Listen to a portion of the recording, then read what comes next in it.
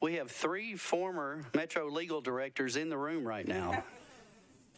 John Cooper, Bob Cooper, and Jim Murphy. So they're all in the room right now. So if we have any legal questions, other than our own, you'll get 3 different answers. That's right. And they'll charge you a lot for it, too. So,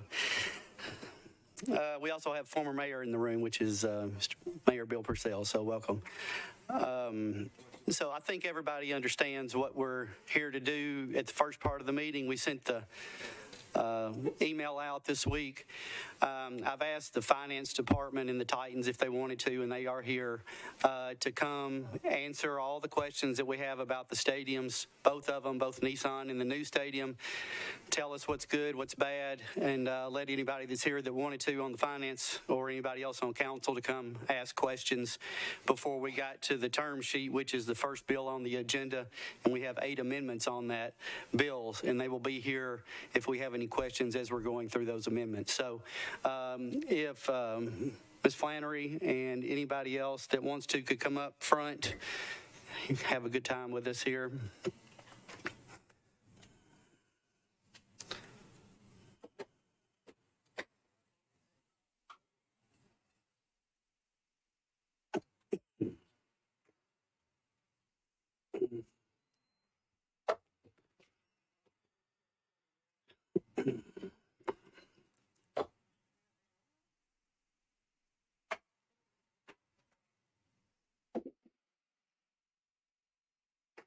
Would y'all check, make sure both those mics are working right now?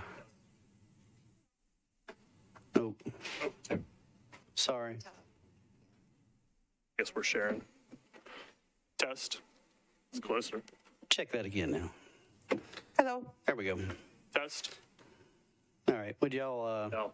for the record, introduce yourselves when you get started? I'm just going to, the first question is very simple. It was to Ms. Flannery, and I just was wanting her to come. And we have a proposed new stadium. We have Nissan Stadium. And I would just want the finance department to tell us why this administration feels that a new stadium is the best thing for the city of Nashville and the taxpayers, and why the Budget and Finance Committee should do what the administration and the Tennessee Titans are asking us to do. And you are on the clock. Thank you, Chairman and council members, for inviting us here again.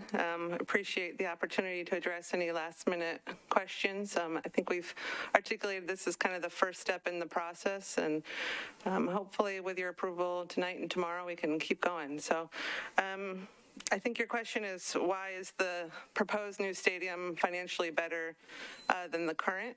And I shared with this group, as well as the East Bank Committee, an analysis of the capacity within the existing revenue sources. And I don't know that I've had the opportunity to explain it, so if you have questions in greater detail, please feel free. But under the existing lease, Metro is responsible for all the stadium maintenance for at least the 17 years remaining on the lease.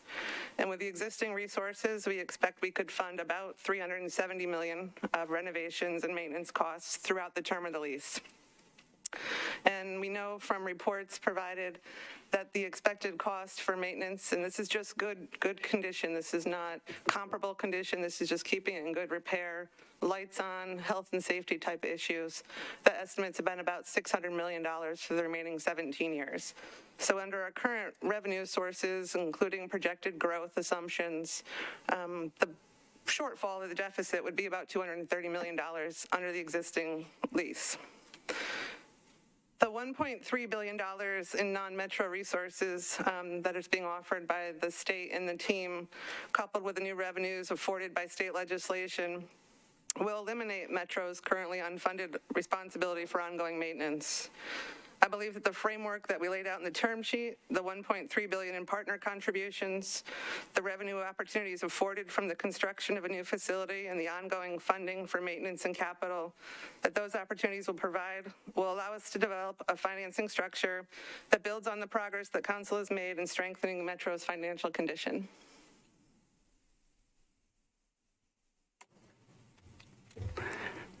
Are you done? I am done. I'm sure there are a lot of questions, or some questions out there, so I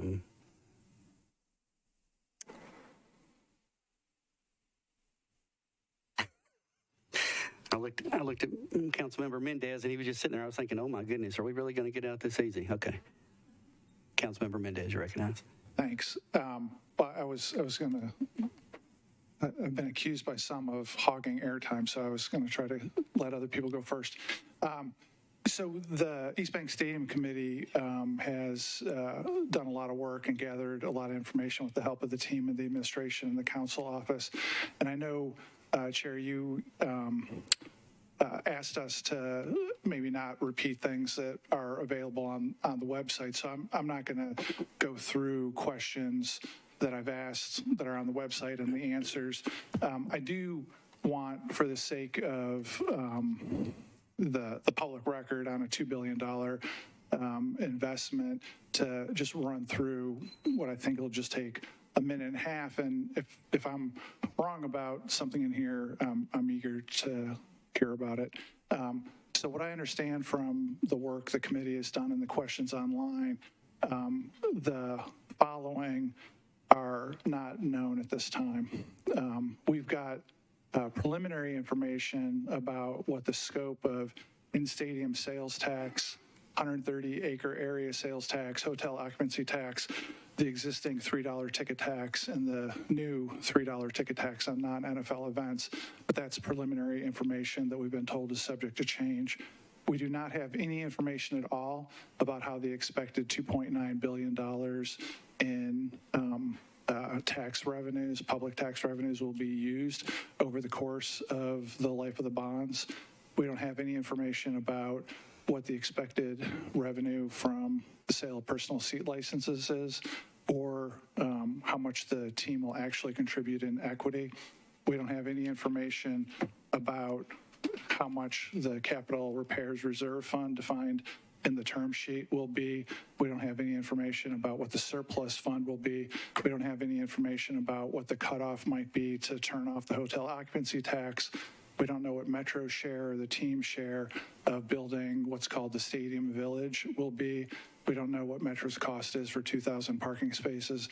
We don't know what Metro's cost will be for the what's called campus infrastructure in the term sheet. And we don't know what the GO bond cost will be to build the East Bank new neighborhood. And we don't know whether the expected GO bond cost to build a new neighborhood on the East Bank is higher or lower than the expected cost of renovating the new stadium. And we don't know really within even a couple $100 million of what the cost would be to minimally comply with the terms of the existing lease.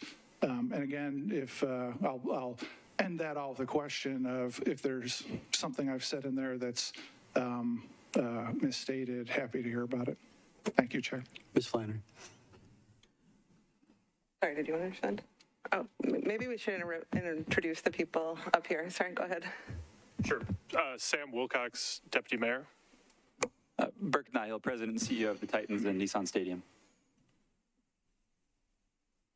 I guess I would start by saying, Councilmember Mendez, I think you've outlined a lot of the questions that we're still working to answer, but I think what you've largely described is what Director Flannery has referenced a couple of times in the responses to your questions, which is a lot of that information will be contained in a financing plan.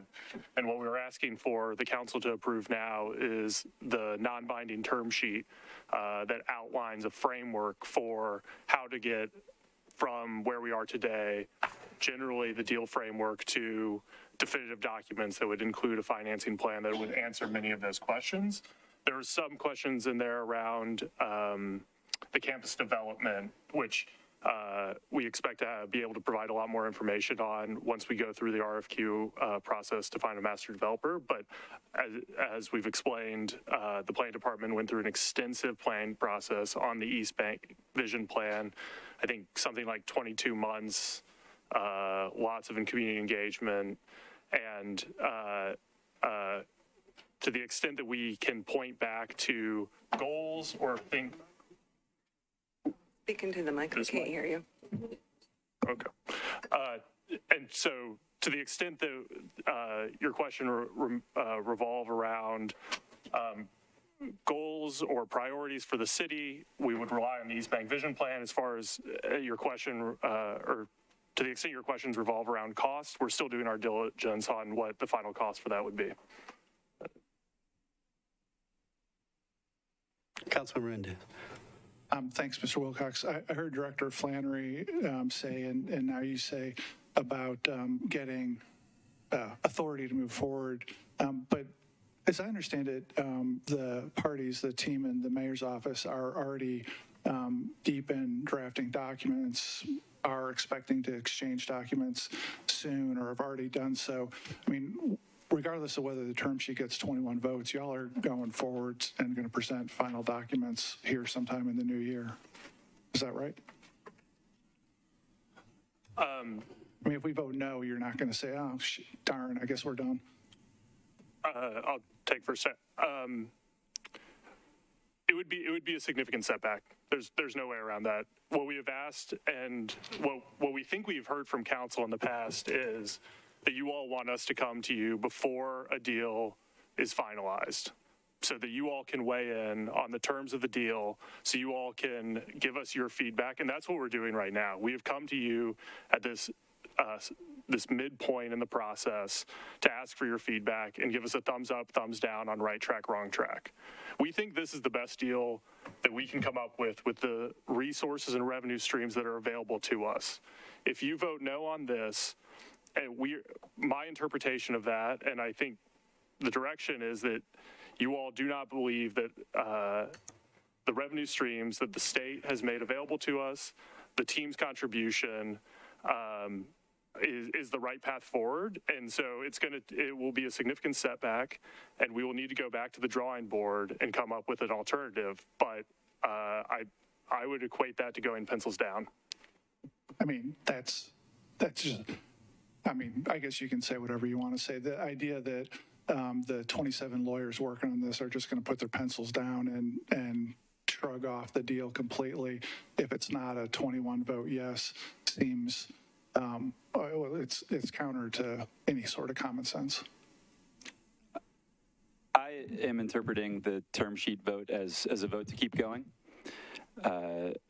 within the framework of the term sheet. Our organization is committing a lot of resources to those definitive documents, and we're happy to do it and be moving in this direction. We would see a positive vote on the term sheet as council support for us to keep going and to keep answering some of those questions that still need answering.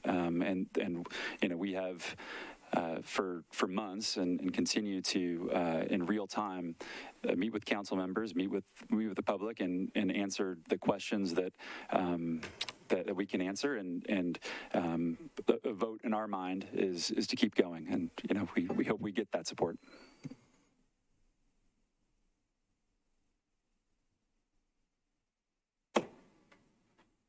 Councilmember Parker. Thank you, Chair, for recognizing me, though I'm not a member of this committee. I have a couple of questions here. Looking at the term sheet, going to page 4, where sort of the new quality standards for a new stadium that it would need to be kept up to, which I assume this definition will have a big impact on the size of the capital reserve fund. Given how much, this body, and I presume the folks on the first floor, have grappled with this comparable facilities definition that we have in the current lease, I wonder, what is the thinking here of, adding this state-of-the-art term, which I don't believe is in the current definition, as well as, so 2 of the 3 comparable facilities listed in the new definition are the second and third most expensive NFL stadiums that have ever been constructed, is my understanding. So, I guess, what is the thinking, given how much we've grappled with that definition over the last year, of sort of broadening it and expanding it there? The Sports Authority, their role is going to change a little bit in a new lease if this is approved. That standard is one that, to the extent it is intimidating for the Tennessee Titans and no longer the taxpayers. As we sit here today, the taxpayers are responsible for a large part of keeping the stadium in first-class condition, and I know that the conversation has been that is an ambiguous term. As someone who's lived in the lease, I don't think it's as ambiguous as it seems when you really dig into the term. It basically, very, very high level, it basically says take the 10 years before and after Nissan Stadium was built, and we don't need to be the best stadium. We also don't want the worst stadium. We generally want to keep up. And that's something that, I think is clear we haven't done. We've collaborated with the Sports Authority to make sure that the building is safe and it is maintained in a way that's not going to be detrimental to the building. But we have not gone on offense as other NFL stadiums have gone on offense. This document, the obligation flips. So to your point, there is a condition where the surplus from these revenue streams, after hitting certain other parts of the waterfall, such as certain campus infrastructure and accelerated debt service payments, that will give us a head start. But it is our expectation that at the pace of stadium building and growth, you're absolutely right.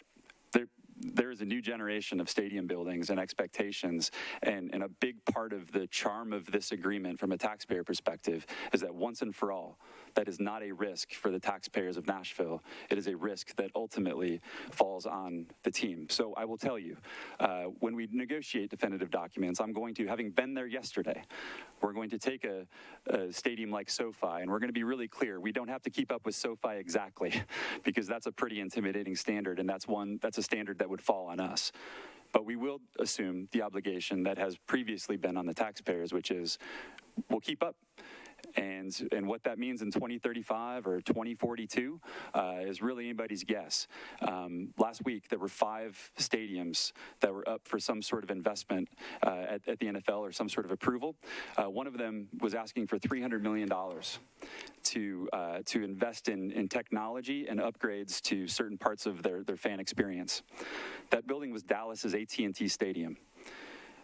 That is a comparable facility technically under our lease today. That shows you kind of where the puck is going from a stadium perspective, that a building that is known as, one of the great technology advanced buildings in the country is getting $300 million worth of investment in technology and the rest of it. Point being, that has been something that has been one of the pillars of this potential transaction from the beginning, is to take the taxpayers from this position of exposure and risk. Really, really hard to quantify. I will acknowledge that. It's hard to sit here in 2022 and say, what does that mean in 2032? It's hard, but it's a lot. And it's a risk, and it's a risk that's changing and shifting in real time. We have gone from the VHS era, where Nissan Stadium was built. We've kind of sat out the DVD era. The streaming era is upon us in stadium. And so what we are trying to do is have that question, what does state-of-the-art mean? What does first class mean? Be an ultimate risk that shifts to the team and away from the taxpayers. Thank you, sir. And my second question kind of follows that well. Looking at the, I won't harp on this too much, but, we don't have any projections about what the sort of waterfall revenue sources can be used for, how they'll be allocated. So, I do frankly question that. Is this the taxpayer or the team that will be paying for this stuff in the future, based on that we have no breakdown of how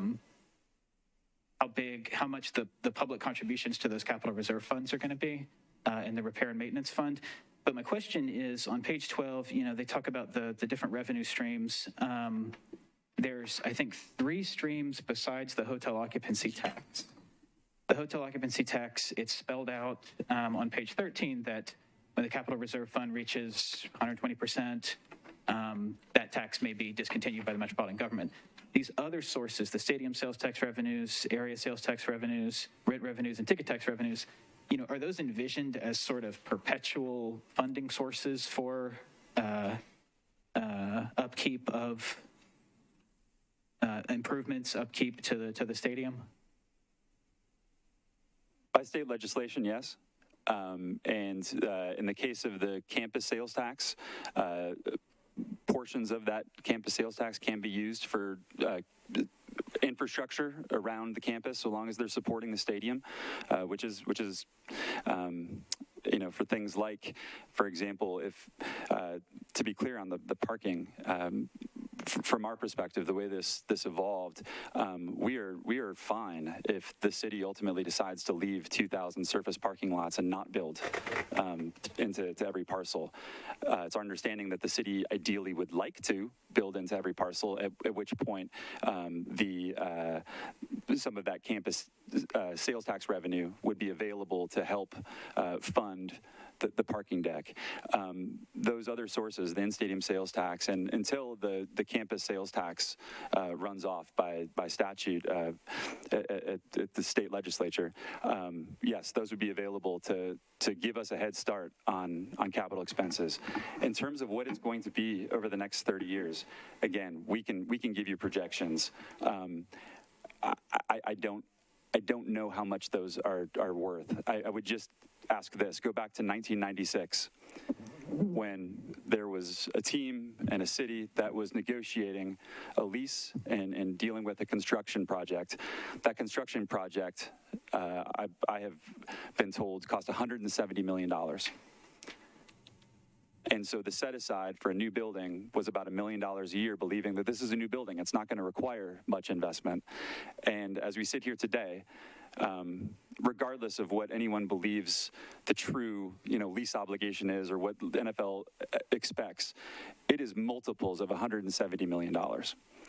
And so if you take that same rationale, a $2.1 billion budget in 15, 20 years, that's potentially $4 billion or $6 billion, which sounds insane as we sit here in 2022. But I think in the same way it would have sounded insane in 1996 to say when you're spending $170 million on a brand new building that it's going to require $600 million, $1 billion or more worth of investment 20 some years later. And so while those revenue streams, we're grateful will give us a head start. We also, we're going to have to be planning differently than we've ever planned before to make sure that when the Sports Authority in 20 years is looking across and saying, this building that they just built in, some market that doesn't even exist today in the NFL, they've got features that we don't have here. What's your plan to implement those features? We will need to be able to answer where that money is coming from. That risk is going to fall on us if, and we believe when, those revenue streams ultimately don't support the full investment. And Councilman Parker, our bond counsel, Mr. Oldham's here if you have any questions or if you'd like to comment. One technical follow-up. The area sales tax terminates in 2053, 30 years from when the bonds are issued under the statute. The area that's the campus-wide. That's right. Sales, campus sales tax, which is the 50% capture. Yeah. So the hotel tax is subject to turn off, as you pointed out. The in-stadium sales tax goes as long as there is an NFL team in that stadium. The area sales tax, assuming bonds are issued in 2023, turns off in 2053 under the statute. And I just have a couple more, Chair, if you'd indulge me. I know that I've taken up quite a bit of the committee's time. So just to be clear, the required parking under this agreement, Metro would need to provide 2,000. We can structure that. We can do that a number of ways, but we do have to provide 2,000 parking spaces. And I believe one of the estimates that I heard when we were looking at the development rights under the existing lease was that comes at about $40,000 a unit in today's dollars. So I just wanted to just go on record and say that is $80 million. For 2,000 structured spaces, and that's a tremendous amount of money, which I think would, my understanding of the sort of the waterfall effect, I'm not really clear on how any of that gets back to the Metro General Fund. It seems like the first bite would be to pay for something like the $80 million worth of parking. Is that accurate? Well, the 50% that's not captured would go directly to the general fund. And then the 50% that's captured, first it's pledged to, well, I guess we have not made a final determination, but if we want to pledge it to construct the bond debt service on the construction of the stadium, it would first go there. Then it would be available to fund stadium-related infrastructure like parking that you mentioned. I would just,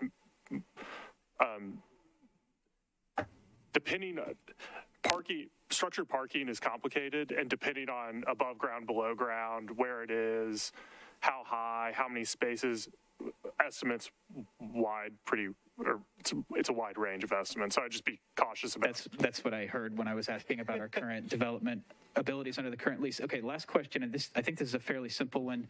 If I could direct this to Director Darby first, and then if anyone else has a response, then that's welcome for follow-up. On page 23, some of the other agreements are listed out that will require approval of this body: stadium lease, project funding agreement, project development agreement, PSL sales agreement, non-relocation agreement, and other definitive agreements. Are those agreements amendable without coming back to this body? Like, could the Sports Authority and Stadium Co. amend one of their agreements without bringing that to this body? I'm going to give you the answer that everybody loves to hear from a lawyer, and it depends on the document itself once it's finalized, whether it has a provision in there that allows it to be amended without coming back to the council. And then there are some agreements that, by their nature, may not come to the council for approval to begin with. So, well, I would ask the administration and the folks working on this to please include council review of any amendments of these final definitive agreements as they come to us. That's a request. If it's not in there, then I'll try to put it on via amendment. Thank you.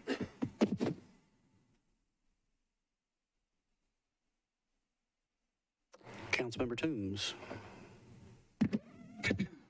Thank you, Chair. I have a couple of questions. One is for Director Flannery. You went over the amount that Metro can essentially afford to pay over 17 years, and that was the $370 million. Estimated total cost to keep the current stadium in good condition is $600, shortfall of $230 million. What is the consequence of that? Say that we wanted to go the route of renovating the current stadium. What is the consequence of not having enough money to renovate it? So the 600 figure doesn't contemplate a renovation. It is just what has been estimated to keep the first piece of the existing lease is good condition criteria. So this doesn't even contemplate getting to the comparable stadium. So this is, I think there was discussion about elevators, plumbing, HVAC. It is keeping the lights on and public safety. So the consequence in not funding that beyond violating the lease is potentially, an unsafe facility if we didn't find another way to fund it.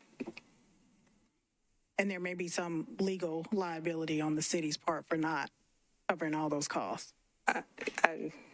I'm surrounded by a lot of lawyers, so I'm sure they'll tackle me, but I would expect that we would not host a game before we would put ourselves in a space where we would put people in danger, but that would likely result in the NFL and or the team in some sort of litigation. And you talked about the finance plan, because Councilman Mendez went through a long list of numbers we don't know, and Deputy Mayor Wilcox said that would be included in the finance plan.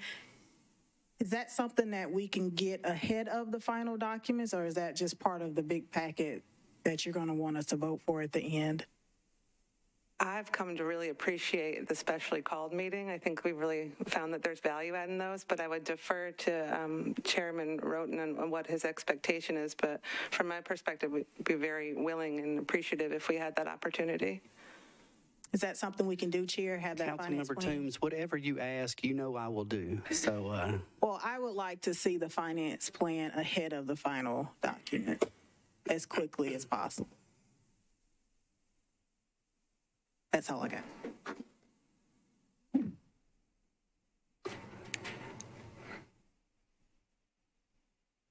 Councilmember Benedict. Thank you, Chair. So for Mr. Wilcox, this council asked for, in the budget process, we asked for a study of what the current contractual obligation is, but what we got in return was an analysis of the proposal that had been presented to the public before then. Can you speak to why we didn't get the analysis that we looked for? Sure. Jeff, do you want to take that one? Sure.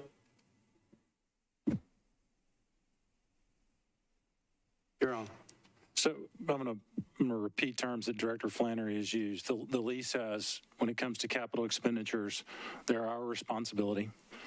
And there are two requirements. The first is a good condition requirement, and that is what it sounds like it is. Keep it in good condition, reasonable wear and tear accepted. And VSG analyzed that. In the grand scheme of things, that number is more knowable. You know, you can sort of look at that facility. You don't know what future costs are going to be. You don't know what might happen to the building, but you can sort of look at it and go, okay, here's the current state of the building. Here's what we think it would take to keep it in good condition over the next 17 years. And he identified that number as $600 million. The second prong of the test is you've got to keep it, and I'm summarizing here, you got to keep it in line with comparable facilities. In the grand scheme of things, that number is really hard to know because it depends almost entirely on what communities and teams in other places decide to do with their facilities, which is just sort of that's one aspect you need to understand about the current lease. We are on the hook for keeping up with the Joneses, whatever the Joneses do. And that responsibility is not a 2022 responsibility or a 2023 responsibility, but a for the life of the lease responsibility. So I think in one of our written responses, we picked a hypothetical year, 2032. In 2032, the comparable facilities requirement requires us, Metro and Sports Authority, to fund stadium capital improvements to keep up with comparable facilities in 2032. So it's a life of the lease. So now come back to the VSG report. There were two data points in there, I think. One was Hard Rock, which I think, and I'm going to get this wrong, so somebody correct me, 2017 is when it fully came online in its fully renovated state. That is, I think, a $1.3 billion project, including enabling work. That was one data point. So one question you might ask is okay, that's 2017. At some point in the next 17 years, is it reasonable to think that the comparable facilities are going to be in line with Hard Rock as it was in 2017? I don't think any of us can tell you the answer to that. The history of stadiums, I think, is that they improve, over time. And so, if the question is what exactly do we have to spend in 22, 23, nobody tried to tell you that answer. If they told you, here, what should you expect to have to fund over the life of the lease, which I think really is the question. There were two data points in there. One was Hard Rock, one was the Gensler program. Is that helpful at all? Well, I think what it speaks to, as a voice of the public, I think what it speaks to is there's a misconception out there that the Gensler report was a review of what was put forward as potentially, I don't want to wish list. The wish list is an extravagant renovation rather than what a contractual obligation is. So I think trying to put that in, where, although we would never want to litigate anything, I think the question becomes, when we talk about contractual obligations, we think about, what would happen in litigation. Again, I am not suggesting in any way, shape, or form we should go down that path. However, I think that's the answer the public is looking for, whereas what they got was what appeared to be the wish list of the Titans. And so I would love to hear from the Titans as well. Could I just respond to one item you said? I believe in a follow-up, VSG, maybe it was at the Sports Authority or in their report, specifically called out that the Gensler plan was not opulent, and in their view that it was consistent with the comparable facilities. And so I would just push back a little bit on, it might have been nice, it might have been a wish list in some aspects, but it was not out of the realm of what a comparable facility might look like today. Again, my perspective on this, I know I work for the team, but we since 2016 have been talking to the Sports Authority about finding a way forward that takes the taxpayers out of this risk position, creates a responsible and sustainable path forward. And the Sports Authority, unanimously voted to support the term sheet a couple weeks ago. They've been in the trenches with us from the beginning and trying to find that path forward. A renovation we believed for a long time would be a responsible and sustainable path forward. We did look at Hard Rock as an example, and that's because Hard Rock is a specifically listed comparable facility under the lease. They did a Miami version of a sustainable 30-year plan on updating a building and making it so that, there was a belief that this building was going to last 30 years. And so we set out to do kind of our version of that. And we went to Cleveland. We went to Baltimore. We went to Charlotte. We went to Jacksonville. These are all comparable facilities under the lease. And we would pull out the concepts that we believed we could bring back to Nashville. The document that Gensler produced, that was their proposal. That was their suggestion on how we could, in 2022, end up putting together a building that finally, once and for all, stopped the bleeding. I'm not a contractor. Those who were in these meetings with me every single time can vouch. When they would reveal something, they would say, so you saw this space in Jacksonville and Cleveland and Charlotte. Here's how we think we can bring that concept to Nashville. And they would show pictures and concepts, and every single time I would say to them, that looks expensive. That light fixture there or something like that. And they would pledge like that's not the case, right? It is the expensive things about a renovation are not what to the naked eye may look like it's opulent, which to Sam's point, the VSG declined. It is the infrastructure. It is the square footage. It's in the final case, it ended up that utilities needed to be replaced. It was that there were parts of the building that were made with prefab concrete that were just not flexible to adapt to a modern building. There were things that needed to be reinforced. So in the end, Gensler's advice to us proved true when we went through the studies and brought in contractors to really dig deep and study the building, and we were able to see that this was a building that there did not seem to be wisdom. It did not seem to be the responsible and sustainable solution to reinvest the team's money, any public money, anything into trying to make that a 30-year solution. The building just, the bones didn't support it. So all of that to say, we had gone through this process, and it was not designed to be, opulent or extravagant, nothing like that. I don't think anybody in the industry would look at the things that we were doing and say, that's really groundbreaking and expensive. They were all very, kind of deliberate ways of making the building so that everyone believed this was not going to be something where 6 years from now we were coming back and trying to figure out, the next path. This was supposed to be a 30-year solution. And as it ends up, the building's condition just, doesn't support doing that. Y'all, so can I just get an unequivocal answer to this question? Pardon? Oh, sorry. In 1997, I had a flip phone. In 2003, I had a BlackBerry. In 2007, the iPhone was invented, and we're on, I think, the 14th or 15th, whatever one it is. I don't have, but whatever one it is. Unequivocally, let me back up, technology will change in the next 30 years. Nashville taxpayers will not be on the hook for upgrading to the iPhone 15 from their flip phone. Is that correct? No, ma'am. No, ma'am. Can I go back to my last answer as well? Because I intended to get around to this, and in my comments I didn't.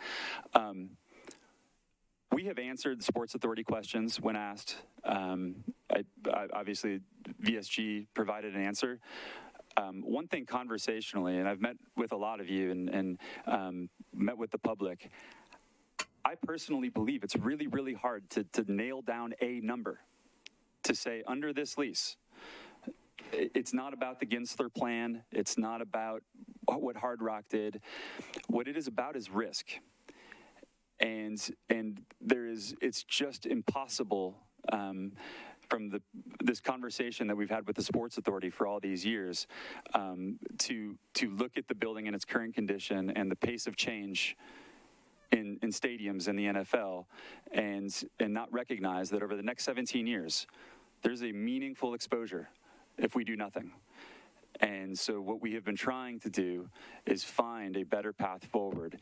And so whether some of the reports that 2039 number is 1.8 billion, whether it's half that, there's a meaningful risk to the taxpayers. And we have tried to position it that way and not claim this is a very specific number. It really just isn't possible to know what a building is going to look like in 2032. But the risk is real if we do nothing. Of iPhone 15 is coming out before 2032 in all likelihood. And if we do nothing, at some point the NFL, we've held them at bay for a long time. But we're the next candy up in the Pez dispenser. Buffalo has a solution. We are now going to end up with Nissan Stadium being the building that they set their sights on the most if we ultimately don't have a solution coming out of this process. And there's going to need to be the upgrade to the streaming era of a stadium. And if we do nothing, the risk of what that costs today and then in the future, a large share of it, not all of it, but a large share of that falls on the taxpayer. And so the Titans are the backstop after taxpayers have funded the Capital Repairs Reserve Fund. Yes. Is that right? Yes, okay, so absolutely. Okay. And Chair, thank you. I know we're allowed to ask as many questions as we want. I'm not going to keep us here all night, I promise. Why are we heard a lot in the last two public hearings that I was at. Why the rush? Why now? And I don't want to hear, I'm not talking about the facility's going to fall apart in 6 weeks. I'm talking about why do we need to do this over the holidays? Why can't we wait and kick this to March or April and make sure that we've got more public engagement in regards to the terms, that this council is able to ask more questions and not have last minute amendments filed like we have 8 of them tonight. I think 6 of which are new, something like that. Why can't we kick this 2-3 months? Why are we doing this over the holidays? I guess I would quibble a little bit with the premise. The East Bank Vision Plan kicked off now 24 months ago. This deal, the conversations with the Titans have been having with the Sports Authority since 2016. I think this deal really came in focus over the summer. We presented it to council and gave the update to the East Bank Committee, I believe, in October. There have been 31 public meetings between the East Bank Committee, community meetings, Sports Authority meetings, council meetings, and that doesn't count. I know you've spoken to the Inglewood Neighborhood Association meeting on your own. That doesn't even include that meeting or others that other council members have had in the community. The timing around the holidays is just, it is what it is. This was not planned. I too would like to go on vacation with my family, but I think Director Flannery said it well a couple of meetings ago, is we don't get to pick the problems that we're faced with, and we were challenged with solving this unfunded liability for the city, and that's what we've been trying to do. And the legislative timeline falls as it does, but we feel like we have had adequate,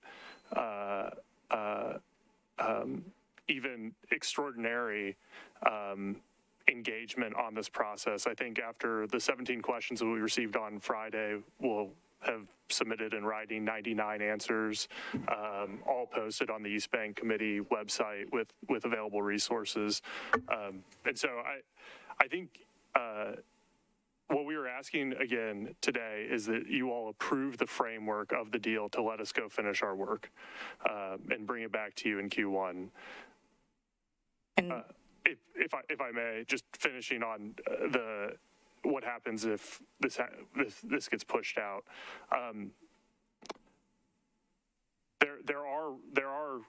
There's a saying, and I'm sure you'll recognize in real time just kills deals, right? And so there are a lot of things that can go wrong, whether it's interest rates rise, construction materials, inflation, blah, blah, blah.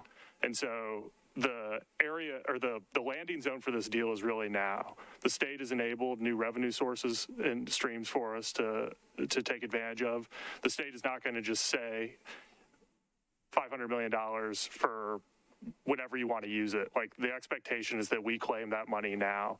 The NFL, as Burke mentioned, has finalized or authorized the G4 loan, the NFL financing. The team is lining up their financing, as is the city. And so there's going to be a moment in time over the next couple of months where we're hoping this all comes together. Any shift in that will introduce new challenges that we don't even know yet, right?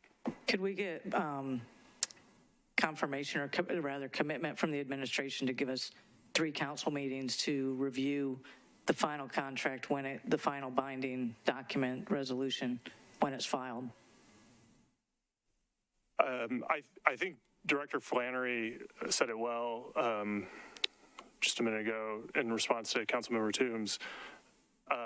We're committed to you all doing your due diligence on all these documents, and you control the legislative calendar in many respects. And so when we have a deal finalized, we will bring it to you, and it is up to you to determine either special meetings or deferrals, or when you want to take up the bill.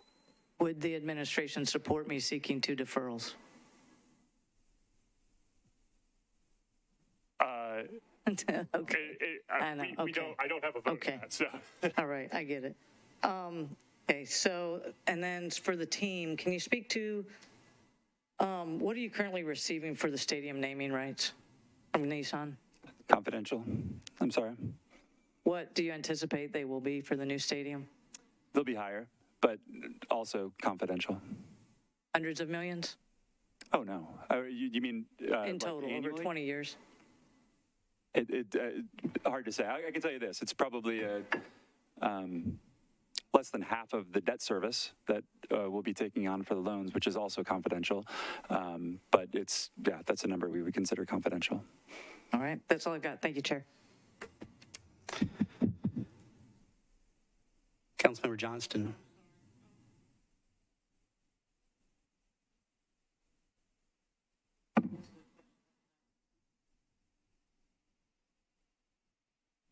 Councilmember Benedict, real quick. Thank you. This should be an easy one. We spoke about the need for better transit in the area. We also have concerns about parking in the East Bank potentially. Will the Titans commit to working with the city on getting free WeGo, free RTA rides downtown for all event days?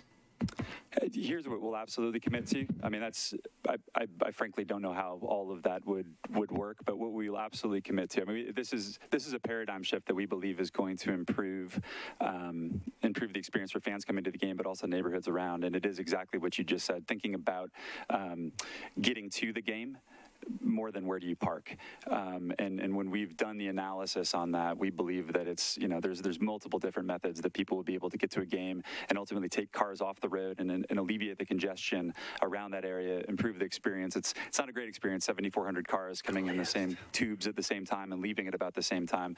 And it does, cause some congestion for our neighbors. And so certainly WeGo would be a part of that solution. I'm sure, as I'm sure you've all seen, there's a proposed transportation hub that is just kitty corner from outside the stadium. And I know we've talked about part of our vision for helping people get to the games is both within Nashville and then even around the region is having shuttles that have dedicated lanes that drop right off at the front door. There's other stadiums that have done that, and it's a great fan experience. In terms of specifically how we would work with WeGo and how fares would work for that, I mean, it's certainly a conversation we're willing to have. I don't know exactly how that would work, but willing to have any conversation that makes sense. Thank you. And Councilmember Johnson. Thank you. I just wanted to sort of come back to the numbers because I felt like we're throwing around a lot of numbers, and for the viewing audience, and probably some of us in here, certainly me, because I had to go and get some clarification as well. So the VSG report, we learned some things. I know it's some people disagree with it, but what Director Flannery has said is that we can afford $370 million, correct? I'd say we have capacity, and that's a little different. So I would not ever bring you a deal that reflects that capacity, because that assumes no coverage. We would not be able to sell those bonds without the 100% backstop of Metro. Every goal we're trying to achieve is not in that capacity number. That is truly, if we squeezed every drop out of every lemon, that's the most I think you could generate. Okay. Because I think what we had talked about before was closer to 300 is what you, and then so 370 is just like absolute max. Okay. Because I think there's a lot of people that are concerned about, well, are we overpaying for something because what are we actually liable for, and what's the lease, and what's the definition of this, and what's that, and whatever. And that's why my brain sort of switched over to, instead of trying to figure out what are we obligated to, what can we afford? And so if that number is that low, and we have $600 million of proposed maintenance costs, just maintenance, to make sure that people aren't going to get hurt in this facility over the course of 17 years. And on top of that, $257 million of enabling projects, which is the not fun stuff, the electrical upgrades, the plumbing upgrades, the structural, this, that, and the other. That right there, we're at a loss. I don't know how we can continue to have the conversation about maybe we should renovate. We just can't afford to keep this old stadium. And so I did get some clarity. That's not a question, so I apologize. But I did think it was important to sort of go back over those numbers because we did receive some valuable information from that VSG report.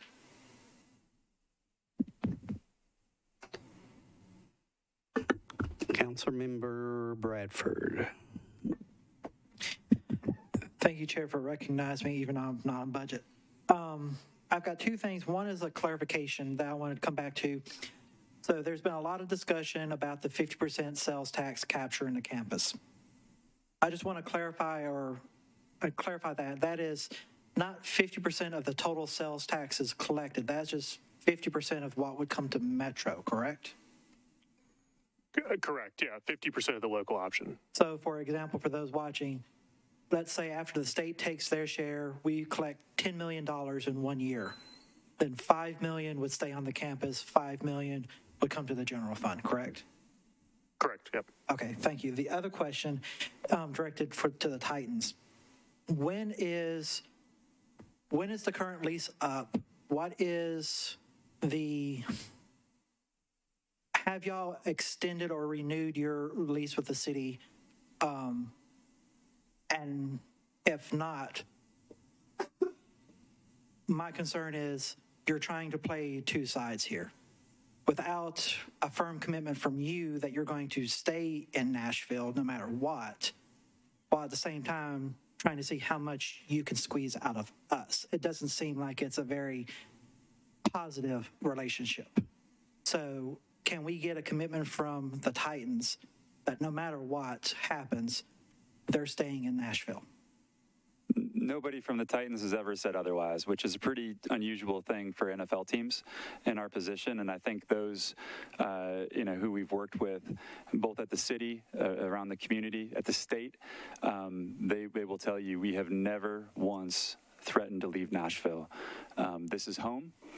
And frankly, extending our existing lease option to us has always been an aggressive move against the city to say, now you're in this position for another 10 years. What we have been doing since 2016, and most of it's been on television at the Sports Authority meetings, is we've been trying to find a better path forward. Forget what our current lease says. We've got an aging building. And as Director Flannery has covered, limited funding sources to keep that building maintained and to keep it up with NFL standards. In fact, before we started this process, I don't want to put words in your mouth, but some of that funding was made available throughout this process by going to the state and getting in-stadium sales tax for our existing facility that could be part of that solution.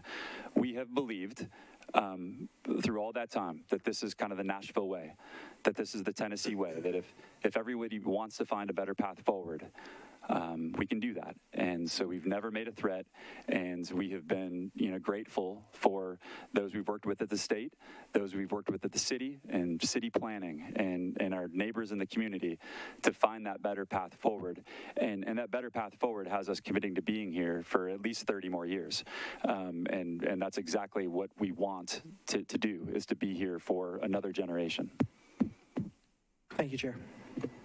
Can I add, or just add on to that for a minute, is a key term in the proposed framework is the non-relocation agreement. And so that new non-relocation agreement, as Burke mentioned, locks the team in, and it would be coextensive with the initial term of the lease and any extensions on it. And so we're committed to keeping the team in town for as long as we can under the new lease. And so just that non-relocation is one of the things that'll be part of the definitive documents package as well. Councilmember Sledge. Thank you, Chair.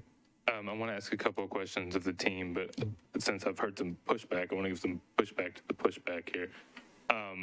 The public engagement on the stadium itself has been done by the council. And I don't think that Councilmember Mendez and the stadium committee has quite gotten the credit it deserves, because what I keep hearing is, oh, we've done all these meetings regarding the East Bank. But when we sat here and talked about the East Bank meetings, we were told that those were separate from the stadium.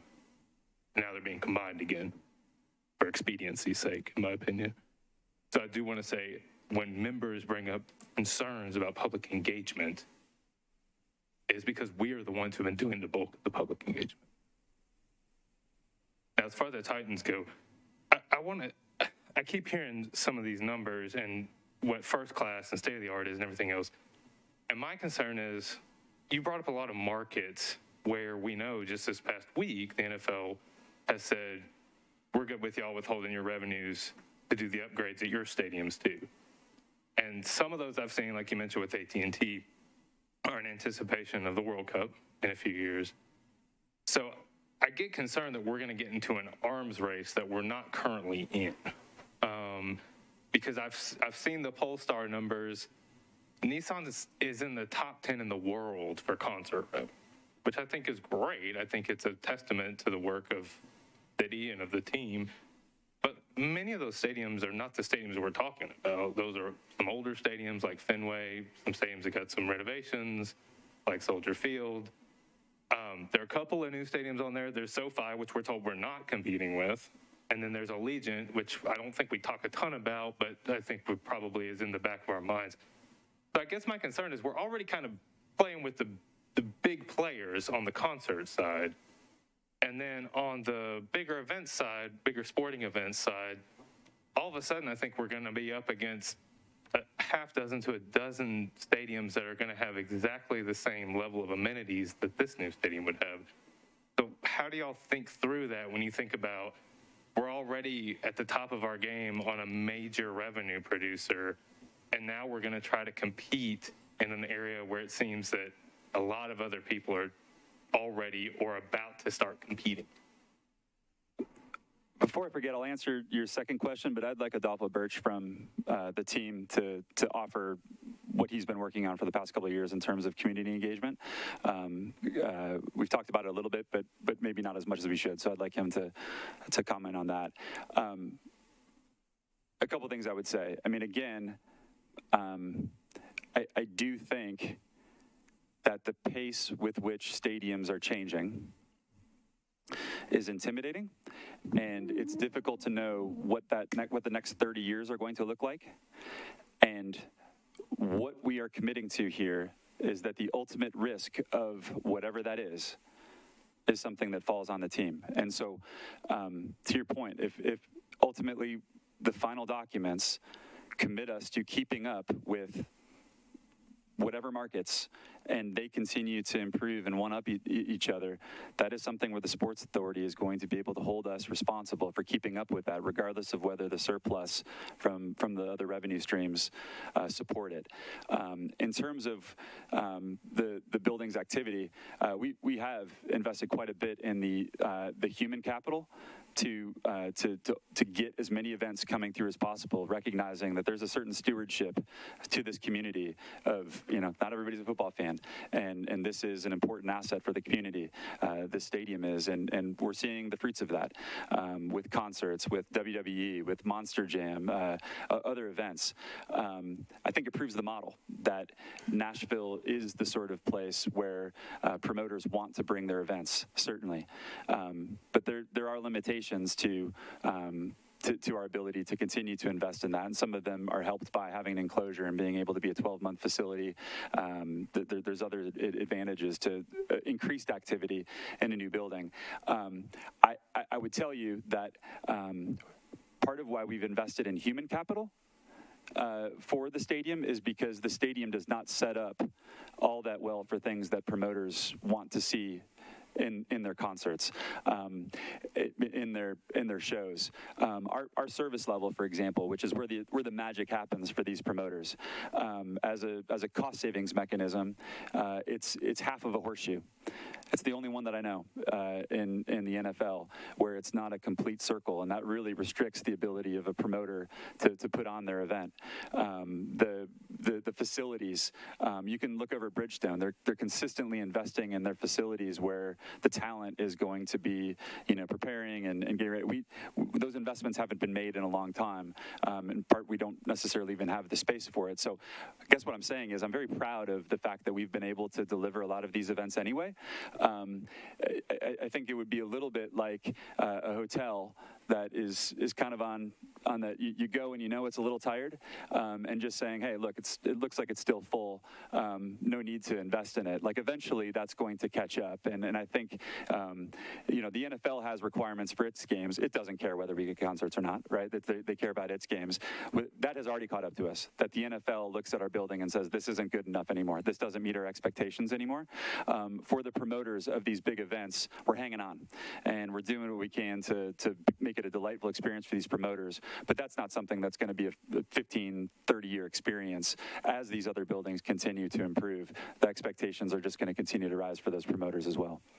So I guess what I want to follow up is kind of what gives you the confidence, if at all, that, it's been pitched to us that if we produce this new venue, we have the opportunity to host these events that we've never hosted before, knowing that there are other markets that are angling for exactly the same things and are doing it at exactly the same time in exactly the same way. What gives you the confidence that we would be able to win out over those if we follow this model? That's a fair question. I would say that the answer is Nashville. Having been a part of recruiting some of those big events like the NFL draft, like WrestleMania that is already committed to 2027 if there's a new stadium that's built. They don't actually care as much as you'd think about the physical structure of the building. There's just things that need to meet minimum standards, right? Those events are about the market. They come into the market and usually have a 3, 4, 5 day celebration of whatever that event is. If you were, I know you were around during the NFL draft. There were free festivals at the stadium. There were community events around the city, in addition to the epicenter of the stage. And it's the same thing for Super Bowls and WrestleManias and the rest of it. And Nashville sets up so well for those events. I was just in Los Angeles yesterday, and it reminded me of going to the Super Bowl in Los Angeles last year. It's a real pain getting around that city and getting through traffic. Those events love the fact that the people who come for those events, both those who are going to the event and those who are there for kind of the festival of it, they can take rideshare to a hotel and have everything that happens within a walkable footprint. This and maybe Nashville are the only cities where you can do that. So answer number one is Nashville, the footprint itself. That's what they would be choosing just as much as the venue. Issue number two is that is precisely what this lease is requiring, is that we will make sure that these buildings, that this keeps up. And so, with the headwinds of Nashville being Nashville, this building will not fall behind in the same way that it fell behind over the last 22 years or 25 years. This is a requirement of the team. Again, grateful for the head start from the surplus, but as a requirement of the team, this building never falls behind again. And so we will always be front of mind for those events. The NFL will never guarantee a Super Bowl. I know that team really well. It's the same team that helps make recommendations to the owners about the draft, is the same ones that make it for Super Bowl. They love this city, and there will be a Super Bowl, if not multiple Super Bowls in this city, if that facility is built. And it's just as much about the city as it is about the building. I think the NFL will bring the Combine. It's an event that they're trying to rotate, and it's this building and the footprint of the hotels would set up really well for the Combine. And like I said, WrestleMania, just hearing that this building may happen, went away from the normal process, which is to go to an RFP to multiple markets and said, if you're ready in 2027, we're bringing your event there. I think that speaks to the power of this city, and I don't have any reason to believe that wouldn't continue for 3 decades. Thank you. And Chair, my final comment, and I appreciate your candidness about that. I agree with you that the market is making the viability of a lot of this. And I heard you say that it's just as much about the community as it is about the building. My concern is that this deal is more about the building than the community. So I would just ask you to keep that in mind, because if we're helping make the viability, if we, as the people of Nashville, are the difference, then I think we should be seeing a part of those returns. And so, you can answer if you want, you don't have to, but that's my concern, is that the community is just as important as the building, but I think the building is the thing we keep putting in front of the community. Thank you. So I would like to respond if that's okay. And when I'm done, I'll ask Adolfo to come back to your first question before and talk about our community engagement. You don't have to believe me or believe us. Doesn't make any sense that I'm sitting in this seat. And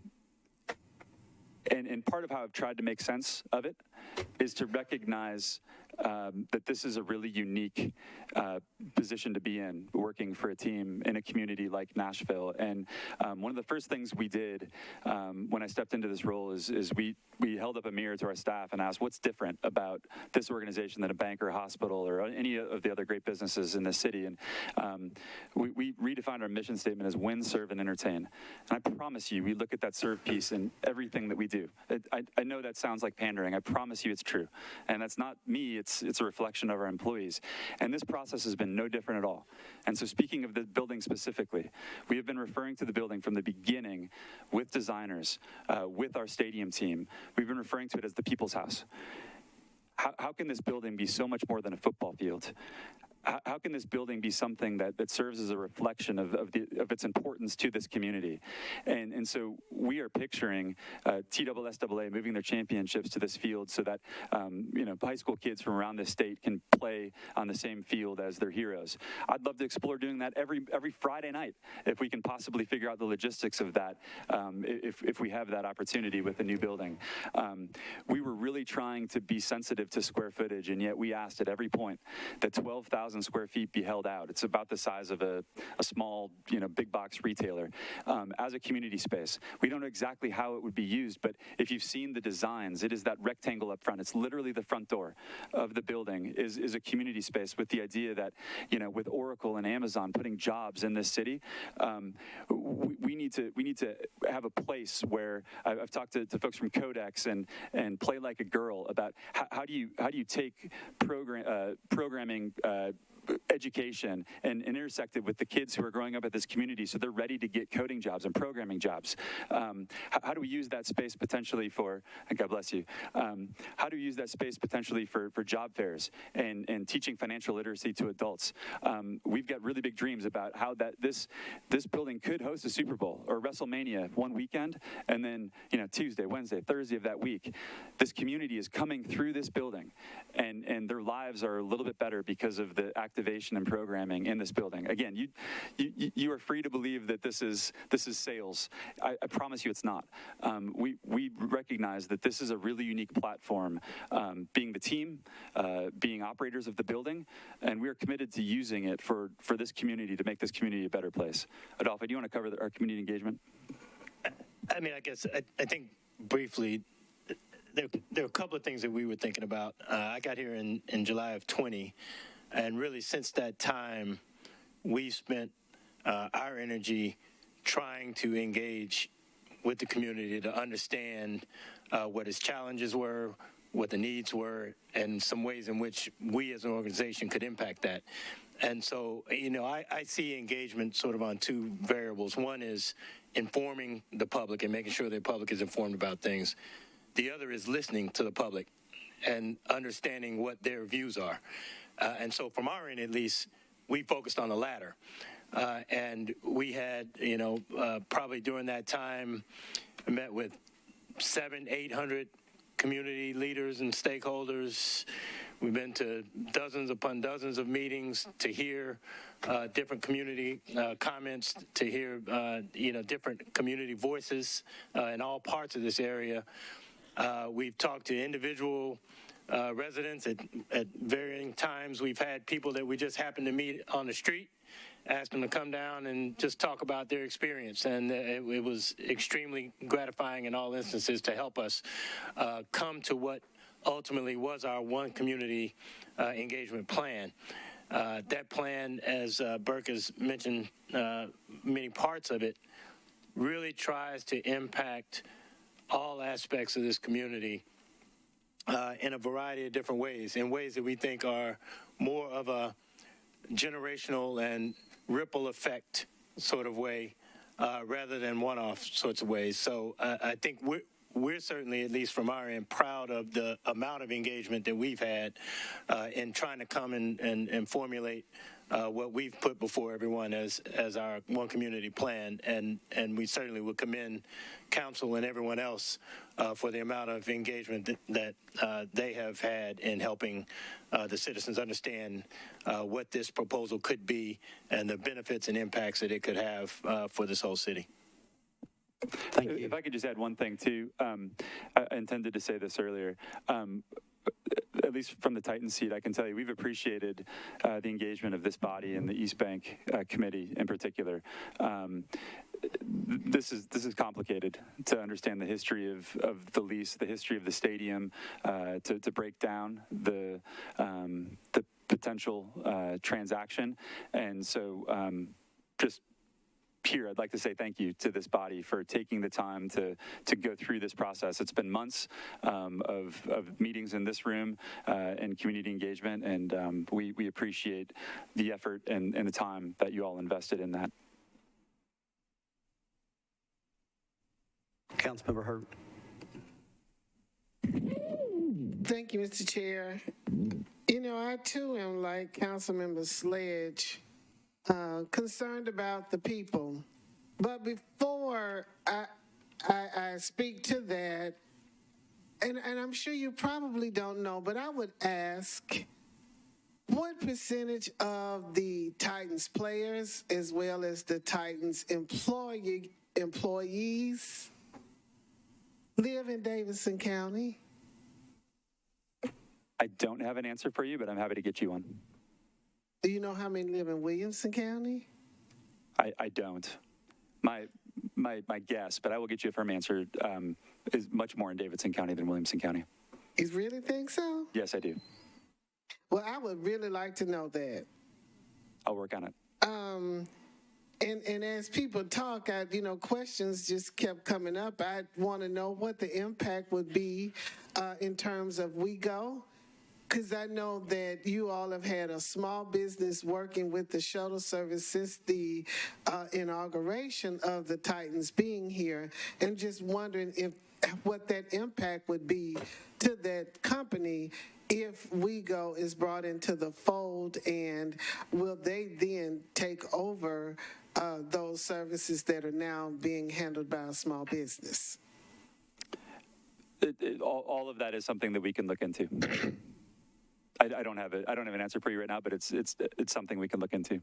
Okay, and this 24 months about this East Bank redevelopment, I hadn't heard about this for 24 months, so I'm not sure who's been engaging in the conversation, and I think that some of the things that Councilmember Sledge was speaking to is that having the people, because I've attended several of the meetings, and you've got some who are for and some who are against, but everyone is asking, how is it going to benefit the people, the ordinary people, the working class people, the middle class people? What will be those benefits? And I think that's really, really key for that to be described tangibly so people could really, really know. I think most people don't have a problem with expansion and growth and new things, but if they are benefiting from it as well, if they are a part of the fold, I think they would have more of appreciation for what it is that we're asking for them to do. And if we don't even know, then it's very difficult for us to explain it to them. I had asked previously about the OPIC, the insurance. You'd mentioned risk. Just wondering, and I don't know if you all answered, which type of insurance contract that we have now? Is it owner or is it contractor insurance? Because it is a big difference in the insurance.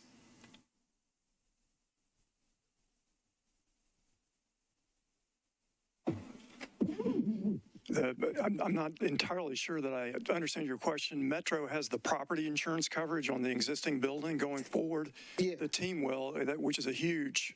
That's right. That's what I'm talking about. So if we currently have it, and then the team is going to take it, then that is huge because that would be a release and relief of funding that the city now covers. That's correct. Okay. And also, are there any NFL expectations? Is there a contract that you all have that needs to be met, or are there going to be any responsibilities that the city will have to meet according to the NFL when this occurs? The ultimate obligation is on the team. If NFL changes, what they expect out of stadiums generally or related to stadium security, the ultimate responsibility, again, with help from the surplus, from the revenue streams, the ultimate responsibility would be on the team, whatever the NFL would require. I don't see anything that would be the city's responsibility. Can I, of course, I also had a concern about Tennessee State, but it's my understanding that you all have come to some mutual agreements, except for this combine that you're talking about. I mean, if the NFL brings the combine, could they not host some type of activities on a Tennessee State University campus or something to that effect to benefit from the combine being here? That would absolutely be something we could suggest to them, and my guess is that they would be excited to agree to. Okay, can we put that in the contract? Sure. Thank you. One other thing I want to say, we were talking about the building or the people. You can have the building, but if you don't have people in it, then the building really is not worth anything. I think COVID showed us that a couple of years ago when they could not have games. So I think that people do come first. Thank you. Councilmember Allen. Thank you, Mr. Chair. A couple of questions following up on things we talked about earlier. The commitment to move the risk to y'all. I think that's a great thing for the Nashville property taxpayers, and I'm grateful for that.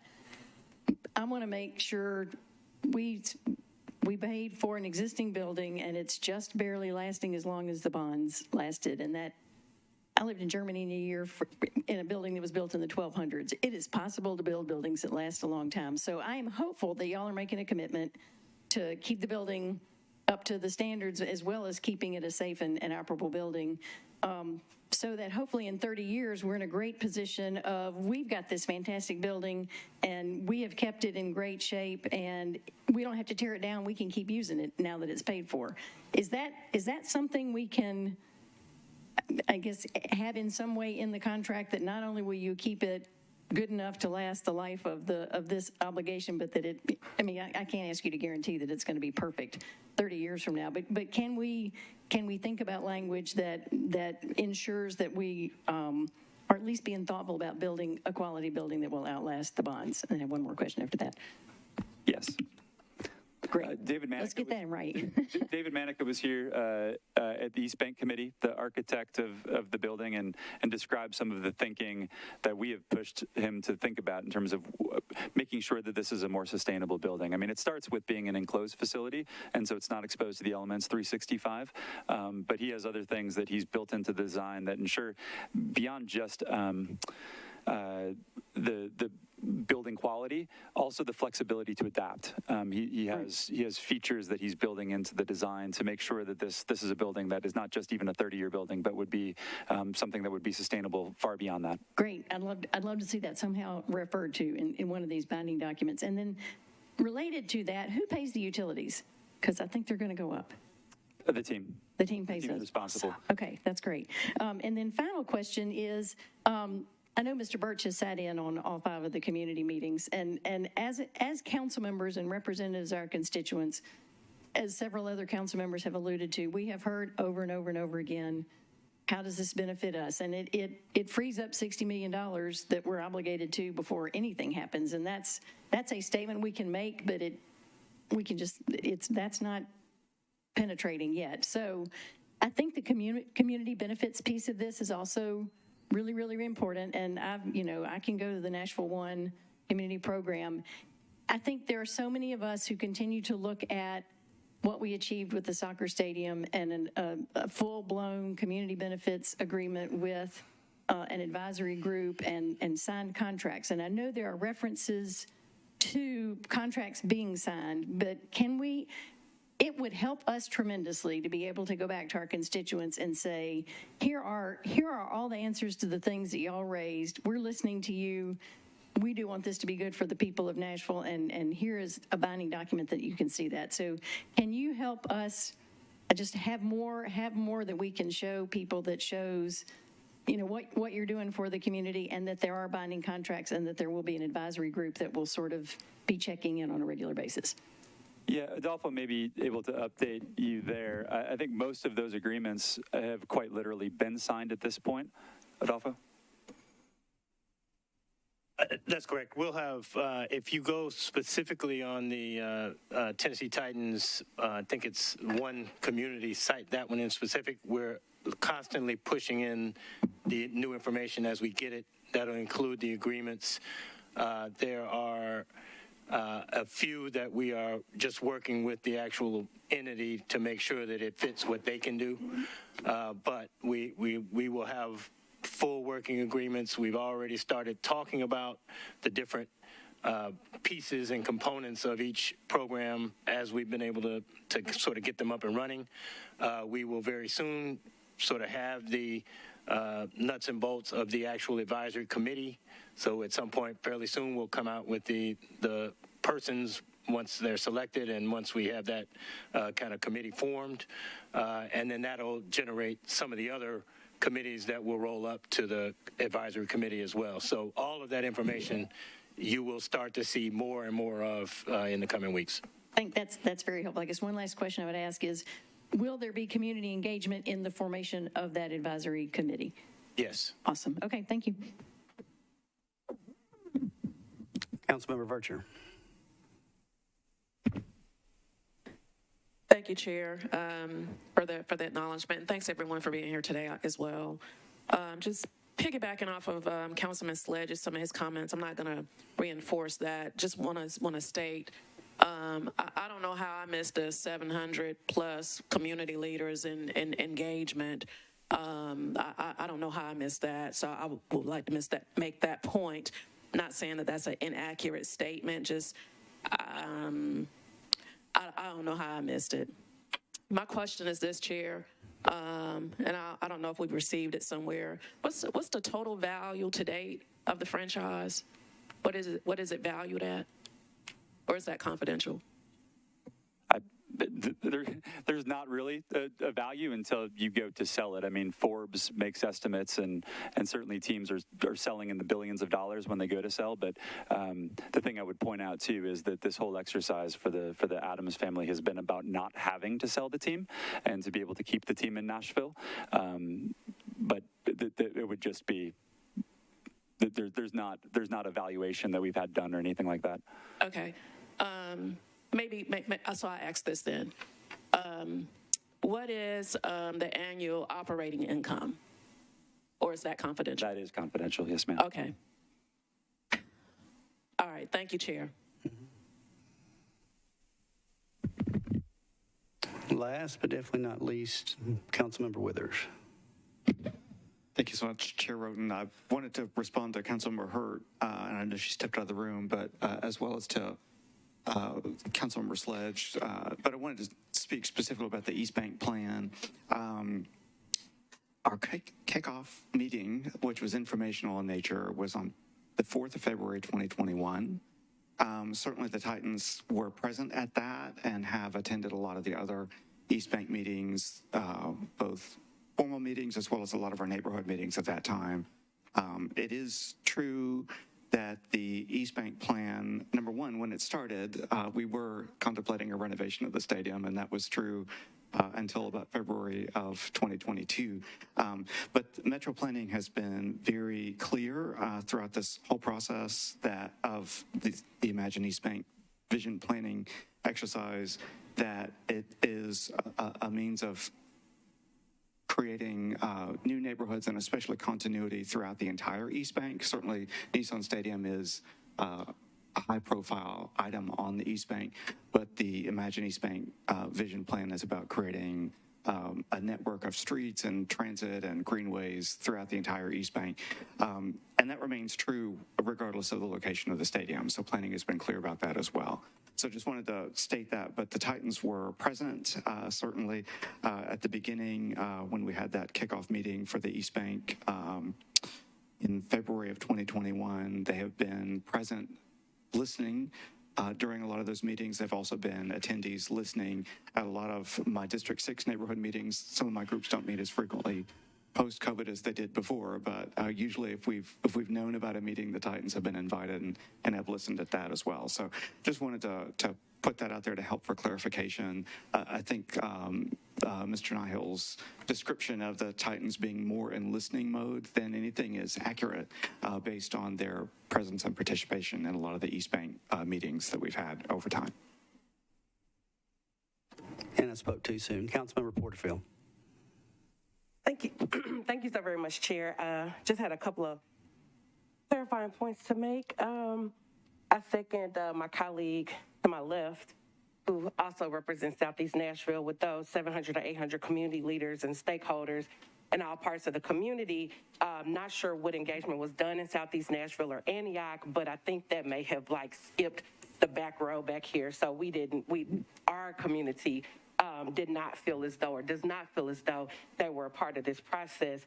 One thing I want to highlight, my colleague here, Councilmember Allen, did lift up the benefits, the community benefits. And one thing that I did want to highlight was that a key difference was that was a community-led platform and a community-led agreement, which is completely different than an entity saying, this is what we're going to give the community. It's different when the community says this is what we want, and then that is what is negotiated. So I just wanted to highlight that. One thing that was mentioned was, how can this building be more than football? And I think that is so admirable that you all want to do job fairs and financial literacy for adults is so needed. We need that all across the city, and we have wonderful entities and nonprofits that do that type of work, and I would rather the Titans pay more money and lessen the burden on the city and on the taxpayers than for you all to do job fairs and financial literacy. But that's just my personal opinion on that. I've lifted up a few times now questions about are we using union labor, whether this is a remodel, a renovation, or a new construction. What are the plans to use union labor? What are the plans to address wage theft, which we know runs rampant in the city of Nashville? What are the plans and the goals for utilizing minority and women contractors? I do not feel as though I received a satisfactory answer for those questions, so I just wanted to give you all another opportunity prior to us voting tomorrow on this term sheet to see if you all have any satisfactory answers for those questions. Dolph, you want to take that one as well? Sure. With respect to your latter questions, I think we have already announced and are working on the final details of a full scope economic inclusion program that will involve both labor and workforce development. To some of your specific questions, we know functionally that it will be an open shop system with competitive bidding, with subs able to come in and potentially bid both from a labor, a union and non-union labor aspect. We will be reviewing labor rates and wage rates across industry, by trade, locally and nationally, to make sure that we are in line with what those sort of wage rates are. To think about some other things, we will prioritize local labor and local business as part of this process. One of the things on the workforce side, we plan to set up an actual center to both deal with incoming applications, but also job training, also candidate review to help facilitate workforce flow, workforce certifications if they're needed, and other ways to help get those folks into the training pipeline, to allow them to get both internship opportunities, apprenticeship opportunities, and others. We're going to get our subs to make sure that they pull in some of these folks to give them either student shadow or student intern and apprenticeship opportunities, and also to teach new trade skills to others.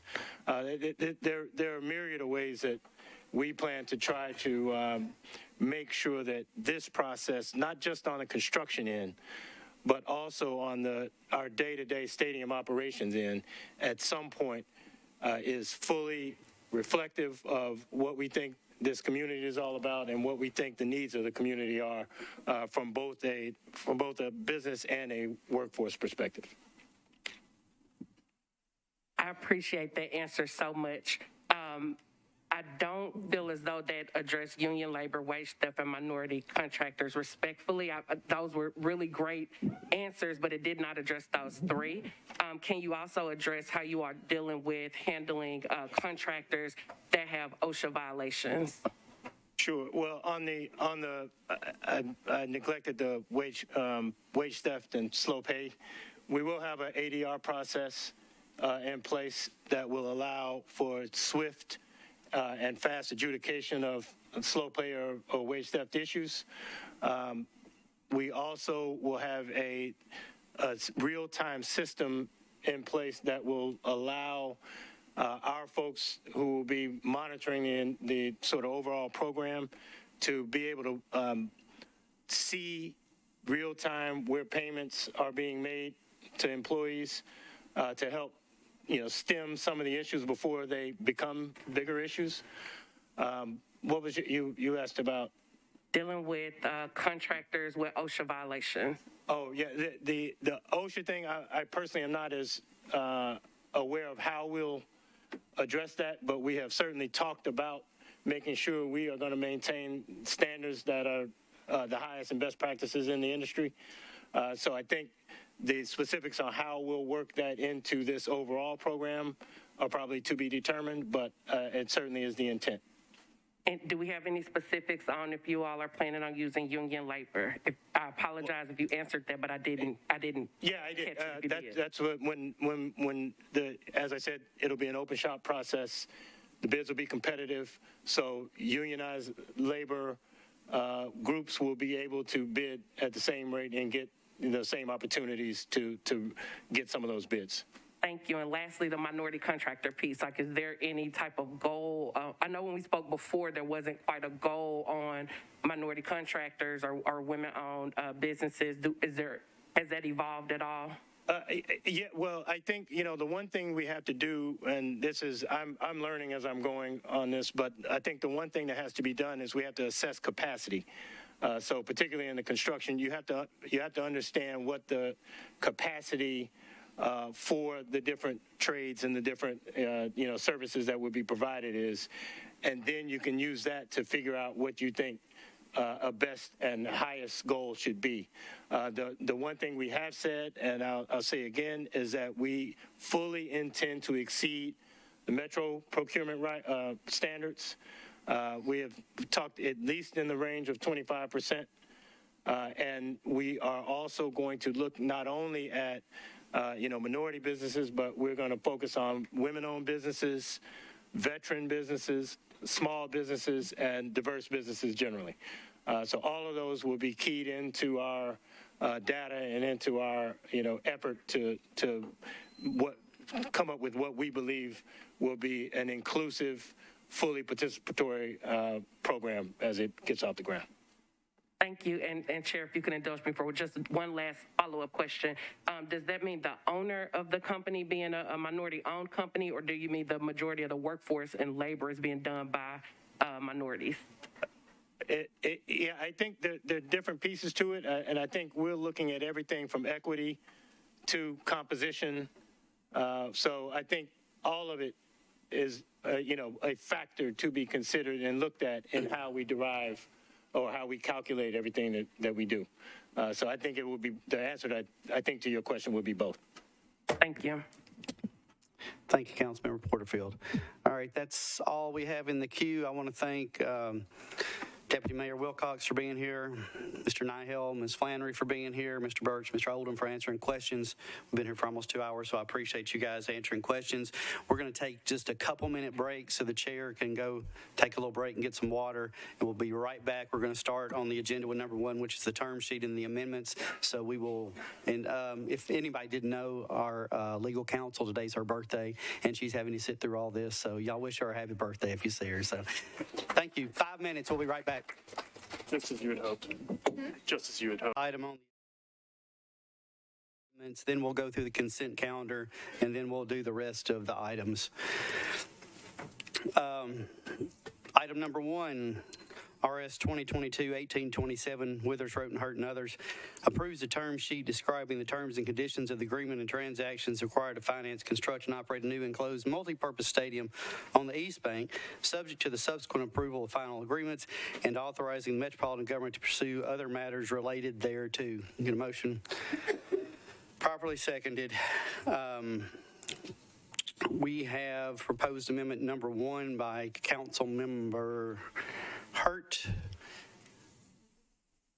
And get a motion. So moved, properly seconded. Councilmember Hurt.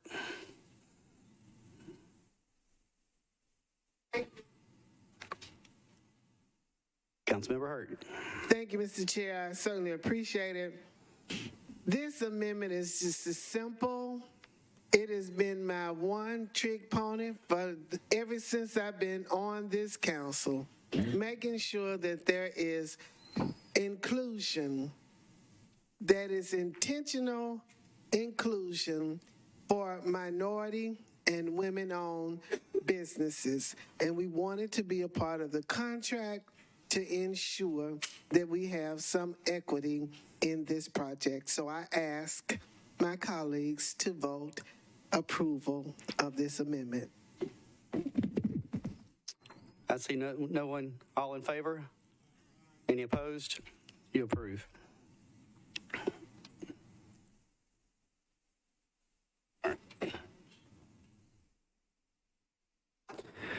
All right, proposed amendment number 2, Councilmember Mendez and Toombs. Properly moved and seconded. Councilmember Mendez. Thanks, Chair. This amendment really has 3 parts.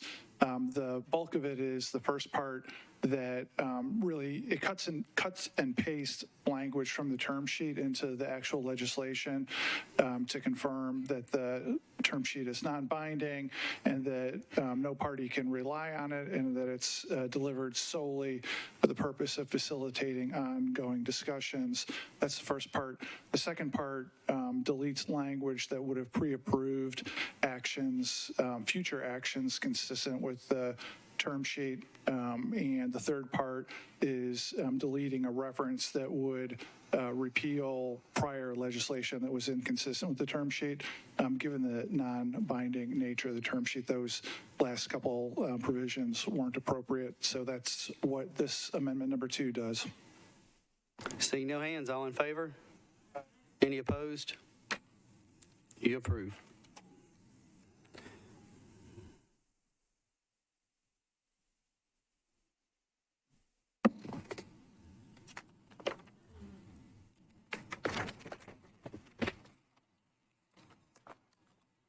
Amendment number 3 by Councilmember Mendez. So moved, properly seconded. Councilmember Mendez, you're recognized. Thanks. Unlike Councilmember Hurt's Amendment 1, this one is complicated. This one would add language to the term sheet asking the mayor to offer to decline $50 million of the $500 million in state GO bonds if the state will use the money to provide appropriate facilities for children in DCS care. This really is born of 2 issues that come together. First, it's been well documented that the State Department of Children's Services has a substantial ongoing inability to provide proper facilities for the children in their care. And I won't belabor that. The recitals go through that in detail. We like to say often when the state is picking on us that Nashville is part of the state too, and we are. This isn't just a state issue. The inability to care for children that are in public custody is a human dignity issue, a moral issue, and an issue for all Tennesseans, including those in Nashville. The second of the 2 issues that are coming together is that the stadium deal proposes what would be a record-setting $1.2 billion of public spending. $500 million of that would be state GO bonds that we definitely all pay, and then $760 million of it is for city revenue bonds that the mayor has said sort of famously at this point that tourists and users will pay and our families won't pay for it. That's the pitch. So the idea with this language would be to have the mayor offer to decline some of that state GO bond money, $50 million, if the state will use it to provide for children in their care. Listen, if you believe the mayor that tourists are paying for it all and it's free to our families, then vote yes on this, because we should want to push more of this cost onto tourists. And if you don't believe the mayor, because there's no way that $760 million of government money is free to our families, then you'll just have to rely on the moral obligation to participate in helping provide care for children over new stadiums. And so I'd urge you to vote yes on this amendment. Councilmember Johnston. Thank you. I actually appreciate that this amendment was brought forth, in that it's brought some attention to the dire situation that we do have. And I don't think anybody can disagree that DCS needs attention, and there's been audits and all that fun stuff. But I do have some questions and concerns. My first question is it possible to have a pre-authorized bond issuance for a capital expenditure to be sort of redesignated to an operational budget? Because since DCS doesn't really own their properties, they oversee and manage those. There's no capital expense there. There's no for us. It's more of an operational and a pay issue for the employees that are working in that space that's been identified. So for that money to be meaningful, it would have to go into the operational budget. Is it possible to switch that after it's already been approved for a bond issuance for a capital expenditure? And I don't know how, there's a bunch of lawyers over there, and feel free. Let me get a response from council, and then I'll let you respond. Ms. Darby. We have our bond counsel in the room, and I'm happy to let him respond if you'd like, or not. Mr. Bond Counsel. So two things. One is there was state legislation passed last year that authorized $500 million to a domed stadium. And so if for the state to take 500 and change it to 450 and do 50 would require new state legislation, neither good or bad, that's just the fact of the matter. And while you're there, the timing on that is like, I know our process, but the state is, what would that be if they had to start do that over? Would that be April, March, May? Their process, their session starts in January and usually concludes late April, early May. So that's the window. Okay, I'm sorry. Keep going. And then let me say, I'm not bond counsel for the state, and I don't know the state processes or laws like I do local. Metro does not have the ability to issue GO bonds except for capital purposes. I don't know whether the state could or not. In lieu of issuing bonds, they could appropriate funds. That would be their option. Okay. So that actually went to my second point, because it's not necessarily the governor that makes that decision. That is a legislative thing that would have to occur in order to make that change. I do want to point out that the state enjoys like $1 billion surplus. So it's not necessary for us to take on an extra $50 million when the state has a ton of money and the ability to handle this themselves. And I've also been told that they plan to address this at a dollar amount of maybe 3 times more than what we're talking about of $50 million. So I don't know that it's possible. I don't think that it's necessary, but I certainly don't think that it's appropriate for Metro to take on another $50 million in debt, paying for operational expenses of a state department, and have to pay for that for the next 30 years. So I'm going to be a no.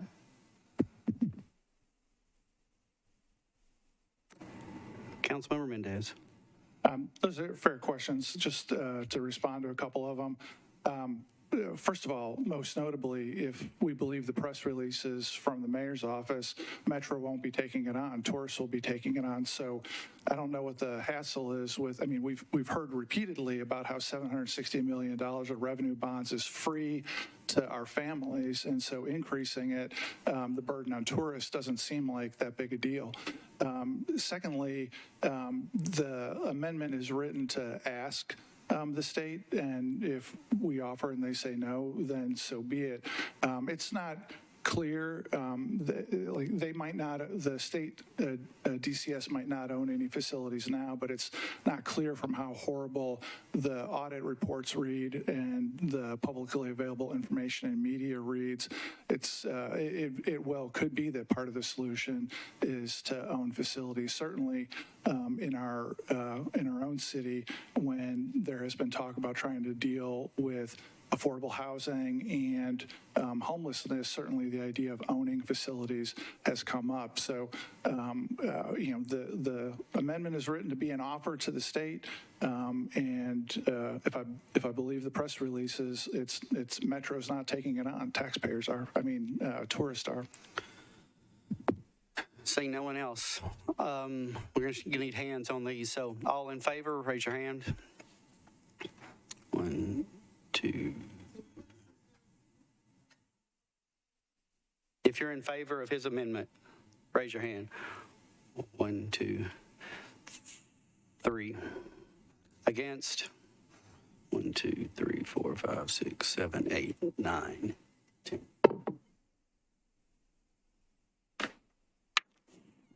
Any abstentions? 1 abstention. 3 in favor, 10 against, 1 abstention. Amendment number 4, Councilmember Mendez. Move properly seconded. Councilmember Mendez, you're recognized. Okay, number 4 is the one about the term sheet as written has a 30-year term and then 3 5-year renewal terms exercisable at the discretion of the team. And the amendment is to make future extensions mutual, not just the choice of the team. I've been told this afternoon that the team can be okay with this amendment, subject to the understanding that they're willing to discuss the idea of a mutual extension, but maybe not in 5-year increments if it's going to be mutual. And so the question they put to me is as long as I'm not going to bust anybody's chops, if the definitive documents has something else other than what's in the amendment, that they would be okay with it. So I told them, and I'll repeat now, as long as there's a concept of mutuality and subject to council approval, so this body can have a say every 30 years or so, I'll be okay with something that's in the definitive documents that's different than either the current term sheet or what this amendment says. So with that, I'd ask everybody's support for the amendment. Seeing no one else. All in favor? Hands, please.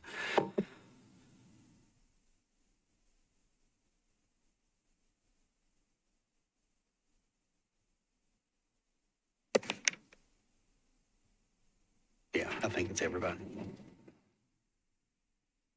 14 in favor, 0 against. Amendment number 5, Councilmember Mendez. Move properly seconded. Councilmember Mendez, you're recognized. All right, the goal of this one is to be clear in the term sheet that to the extent the new charge of $3 per ticket for non-NFL events is going to be paid by ticket holders, that it should be considered a privilege tax, an additional privilege tax approved by an appropriate levy of the Metro Council. And just cutting to the chase on this, the current $3 ticket tax for events at Nissan was enacted by the Metro Council under state law with a 27 vote requirement. And I would argue that calling it rent in the term sheet, even though it's the exact same thing, another $3 per ticket for non-NFL events, is an effort to potentially avoid having a 27 vote item.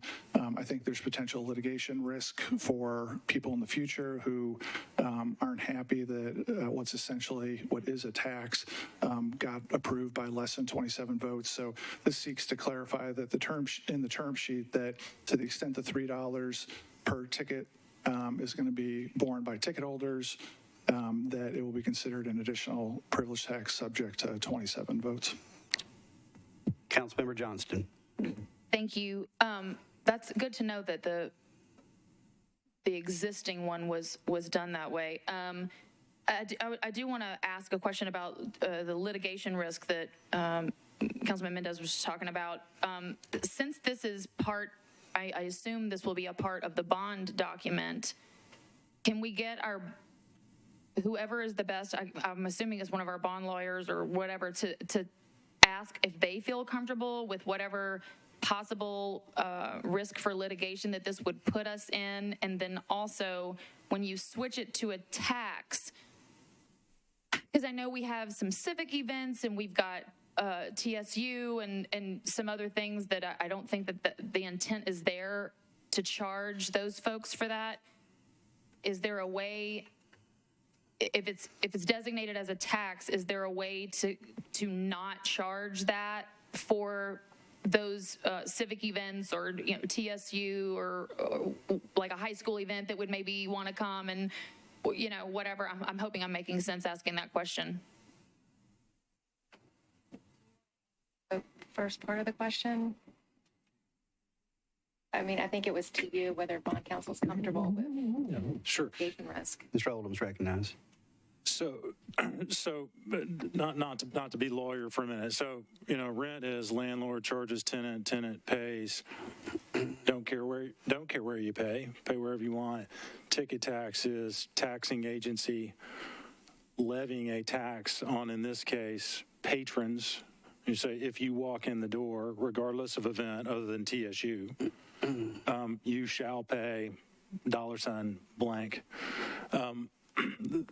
What the term sheet requires is rent. The amount of rent is calculated on a per person walking through the door in non-NFL events, but we are in no way, shape, or form saying to the team, you've got to pass it through. And in fact, what they've said to us is we want the flexibility not to do that. So, for those reasons, it could be no idea how they'll pay it, and this body isn't dictating any of those rules. So for those reasons, we're sort of collectively comfortable, the lawyers on this deal are collectively comfortable that it is enforceable rent. Okay, so it's possible that we won't charge $3 per event if they choose not to, if they figure out whatever they need to figure out. But if we change this to a tax, it 100% has to. Yes, if this body enforces, if this body were to say to patrons, you walk in the door, you pay a tax, then right. That you as a taxing agent, we are not of the view you could do that without complying with the ticket tax statute. Okay, well, I appreciate the ability to have that, the flexibility in whether we charge it or not, if it's necessary, this, that, and the other. I don't want to get into mandatory stuff, and if y'all are okay with whatever risk of litigation, you're comfortable with that level, then I'm okay. Does Director Darby, she looks like she wants to say something. Yeah. I just was going to add that the privilege tax statute specifically exempts public university events. So TSU events don't pay the privilege tax per ticket. Okay, but there's other events that we plan on holding there outside of TSU that we were never intending to charge that, correct? That would then, if it was a tax, they would have to be charged that. Yes, the ticket tax would have to be charged to all events. It's a per ticket charge. Right. Correct. And so it's more of a usage fee. So the more they use it, the more they pay, right? The ticket tax, well, it's a tax, not a fee, but I won't go into the details about the difference between that. But yeah, it's a tax that gets passed to the user of the facility. If you buy a ticket, you pay that tax. The rent itself, though, and I think this is what Mr. Oldham was just explaining, is that it could be charged per ticket to the user, or the team could pay it as long as it's an amount equal to the number of tickets sold. Right. So, but if the team wanted to pay it, they couldn't pay it if it was a tax. That has to be passed on to the user. That is correct. Okay, so for that reason, I will be a no on this amendment. Councilmember Mendez. Yeah, I find this conversation very, very helpful. First of all, I agree with Director Darby. If it's a tax, no TSU tickets will be charged a tax, because that's what state law is now. They don't pay the current ticket tax, and if this extra $3 for non-NFL events were a tax, TSU would definitely not pay for it, because they play more than half their home games there, and that's a test in the state law. And that I just repeated the same thing that Director Darby said. And then secondly, I mean, this amendment's written the way it is on purpose to expressly get at what the team is trying to leave the option for. I'm hearing from Mr. Oldham that the team wants the option of passing the $3 per ticket on to users in some situations, and in other situations pay it for themselves. And the way the amendment's written is, it says to the extent that the fee will be paid by ticket holders, then it's got to be a tax. And if I want this language in the term sheet to have the council convey to the parties that when you give us the definitive documents, like the team's got to pay the rent, not ticket holders. And if it's really rent, if we're going to throw around the word rent, then I don't mind calculating the rent based on how many tickets are sold. But if people are going to get an invoice when they go through Ticketmaster that says $3 ticket tax and $3 something else charge, then it's a tax and it ought to be subject to 27 votes. And this language in the proposed amendment isn't meant to lock anybody in. It's meant to say, if you're going to charge ticket holders, then you got to call it a tax and be approved appropriately. So it's attempting to cover both scenarios that Councilmember Johnston has raised.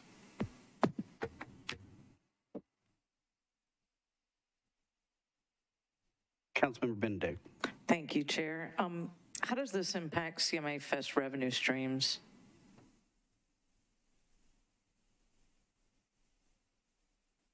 Are we collecting a ticket tax on that today?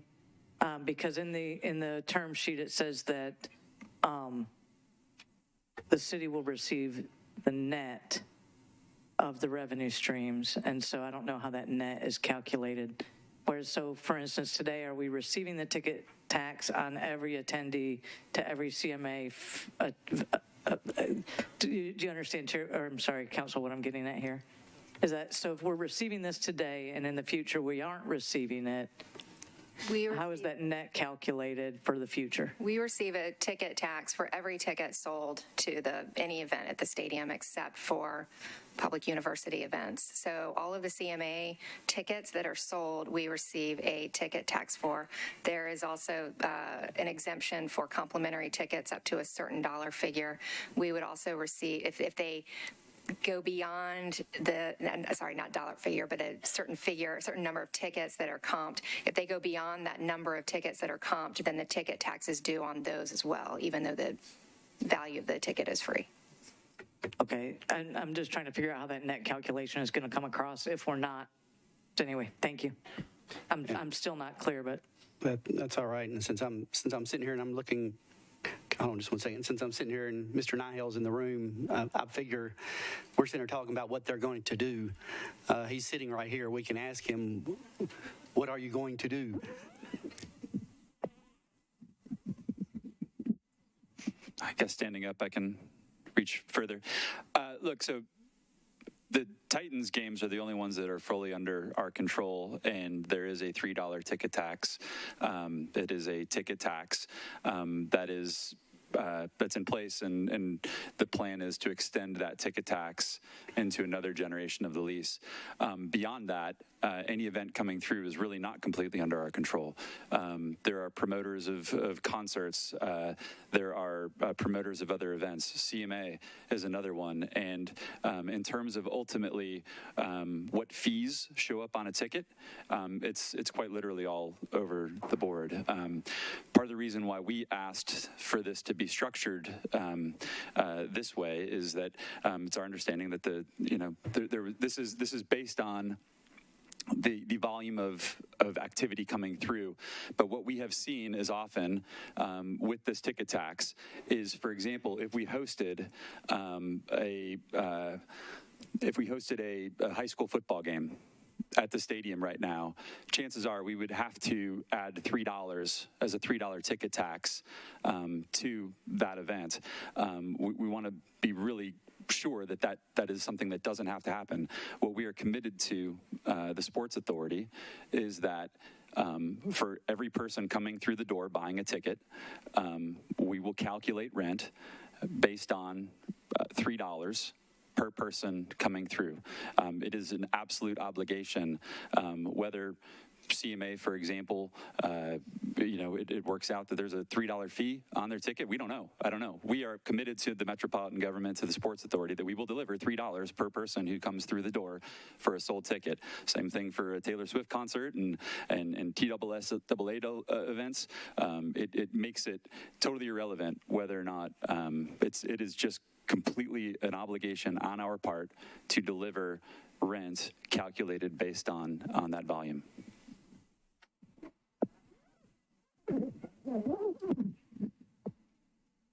You're recognized. Thank you, Chair. How is that auditable? by the Sports Authority, I guess. Council. I think that they would be able to ask for an audit. Currently, the Titans do an audit of all of their complimentary tickets that are provided. Seeing no one else. We're on amendment number 5 by Councilmember Mendez. We need hands. All in favor, please raise your hand. 3 in favor. All opposed, please raise your hand. 6, 7, 8, 9.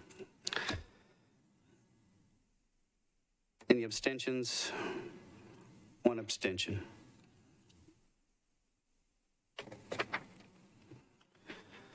Amendment number 6 by Councilmember Suara.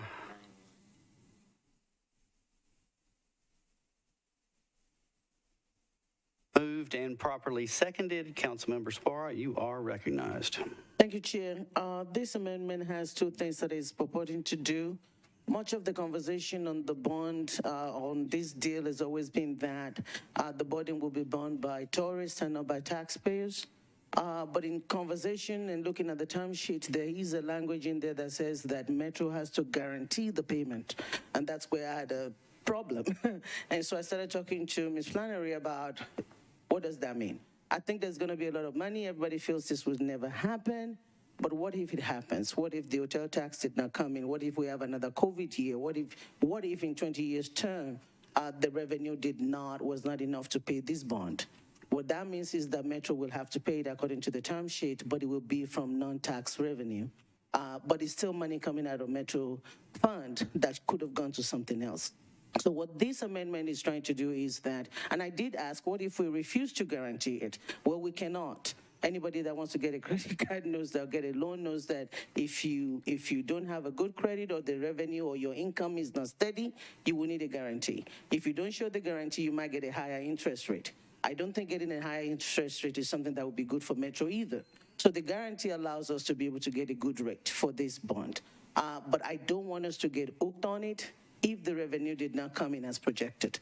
And so that's what this is doing, to say that if somewhere down the road, 10 years, 20 years, anything happens, or even 2 years, and the revenue stream did not cover the bond payment, then Metro comes in and pay it. This amendment is saying that Metro will be reimbursed for that payment in subsequent years. And so the taxpayer will get their money back as soon as we're able to. And I think that's a good thing that a lot of residents will be interested in. The second part of the amendment is also the same thing with debt. When you have a lot of surpluses, rather than just keeping the money sitting down there and you have a debt that you're not paying down, the second amendment is saying that as the deal is being negotiated, that we want them to look into accelerated payment, if possible, without penalty, of course, to make sure that we can fast track and pay down the bond as soon as possible. So those are the 2 amendments I ask for your support. Councilmember Allen, you're recognized. Thank you, Mr. Chair. I appreciate you bringing these. I mean, I think that's one of the things, that we've heard is we want to protect the property tax payers. Would want to ask either bond counsel or Director Flannery, do either of these, which I like what they do they have any negative consequences like raising the interest rates that someone will have to pay? Or is this just a safety we can put in place without any? You're recognized. Yeah, thank you. First of all, we're not going to model, for this, but that's why we have coverage requirements where we always have extra revenue versus debt service, and we will have a debt service reserve fund. But if in the event we have to have a component that requires the backstop of Metro, and in 1 year we do fall short, and we have to come out for it, and there is surplus in a subsequent year, fully support this recommendation that we reimburse Metro for it. There's no impact to the interest cost. It's just, I think we kind of all assumed would happen anyways, but we appreciate the flag that it should be more definitive. And then for the second piece, I love it. Well, if there's extra, I'd love to pay off debt first, so there's no impact there. Yeah. I'm going to give it a 10 out of 10. Thank you, Councilmember Allen. Do you have anything further? All right. Seeing no other hands. Oh, I apologize. Councilmember Cash, I've been on the committee, but it's the first time you've raised your hand tonight. Go ahead. Thank you. I guess I'm just curious about the part that talks about any other, there's a part of it, I'm sorry, I don't have it up, but there, after the part about accelerated debt payments, it says any other, I'm not remembering the word, purpose that of the Sports Authority. I guess my question is this amendment limiting us in a way if there are other purposes that any surplus can be used for, if it can help general obligation, or earlier we heard about that surplus can be used to support, or some of the revenues can be used to support the stadium, supporting the infrastructure related to the stadium. So I guess I just want to understand if this is limiting another way in any ways, or if it's kind of prioritizing that it needs to go to accelerated debt repayment before any of the other possible uses that the Sports Authority is able to use it for. I'm going to let Councilmember Spora handle that one. Thank you, Chair. I did talk about this with Ms. Darby, and if you look at it, it says that it has the capital reserves as the first one. And so this is after we've taken care of that allocation, that we have anything left over that we have to use for the accelerated payment. So no, it should not impact any of those. And then any other lawful uses, I'll let the lawyers define what those are. But from my conversation with them, this is just saying that let's not have money lying around when we have a huge debt. Pay the debt when you've covered everything else that you need to cover. We don't want to pay the debt and then go borrow money to pay for repairs. No, that's not what we're saying. But after you've taken care of the obligation, whatever is left over, use it to accelerate the bond if possible. Thank you, Councilmember. Anything else, Councilmember Cash? I guess if we could just get a little more clarity on what that means, what the Sports Authority is able to use surpluses for. But like it kind of refers to that, so.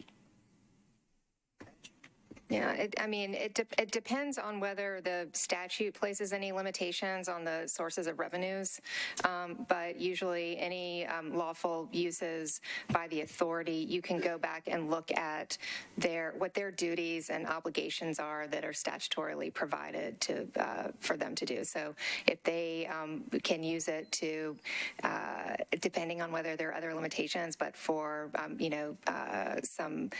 maybe some staff expenses. I know that that's happened in the past with some other sources of funding that have come in, but any sort of statutorily authorized activity or obligation of the authority, it would be eligible for that. And since on some of these revenue sources, we're able to do it through state legislation. Is there state legislation or in the state legislation, are we limited in what we do with surpluses, or in what ways are we? So we are limited with, like the area sales tax revenues, for instance. Those are some of the revenues that could be surplus. We are limited in what we can do with those. We are limited with the hotel occupancy taxes and what we can do with that. And then ticket tax revenues, where we also have statutory limitations of what we can do with that. Thanks. Seeing no one else, we are voting on amendment number 6 by Swara. All in favor, please raise your hand.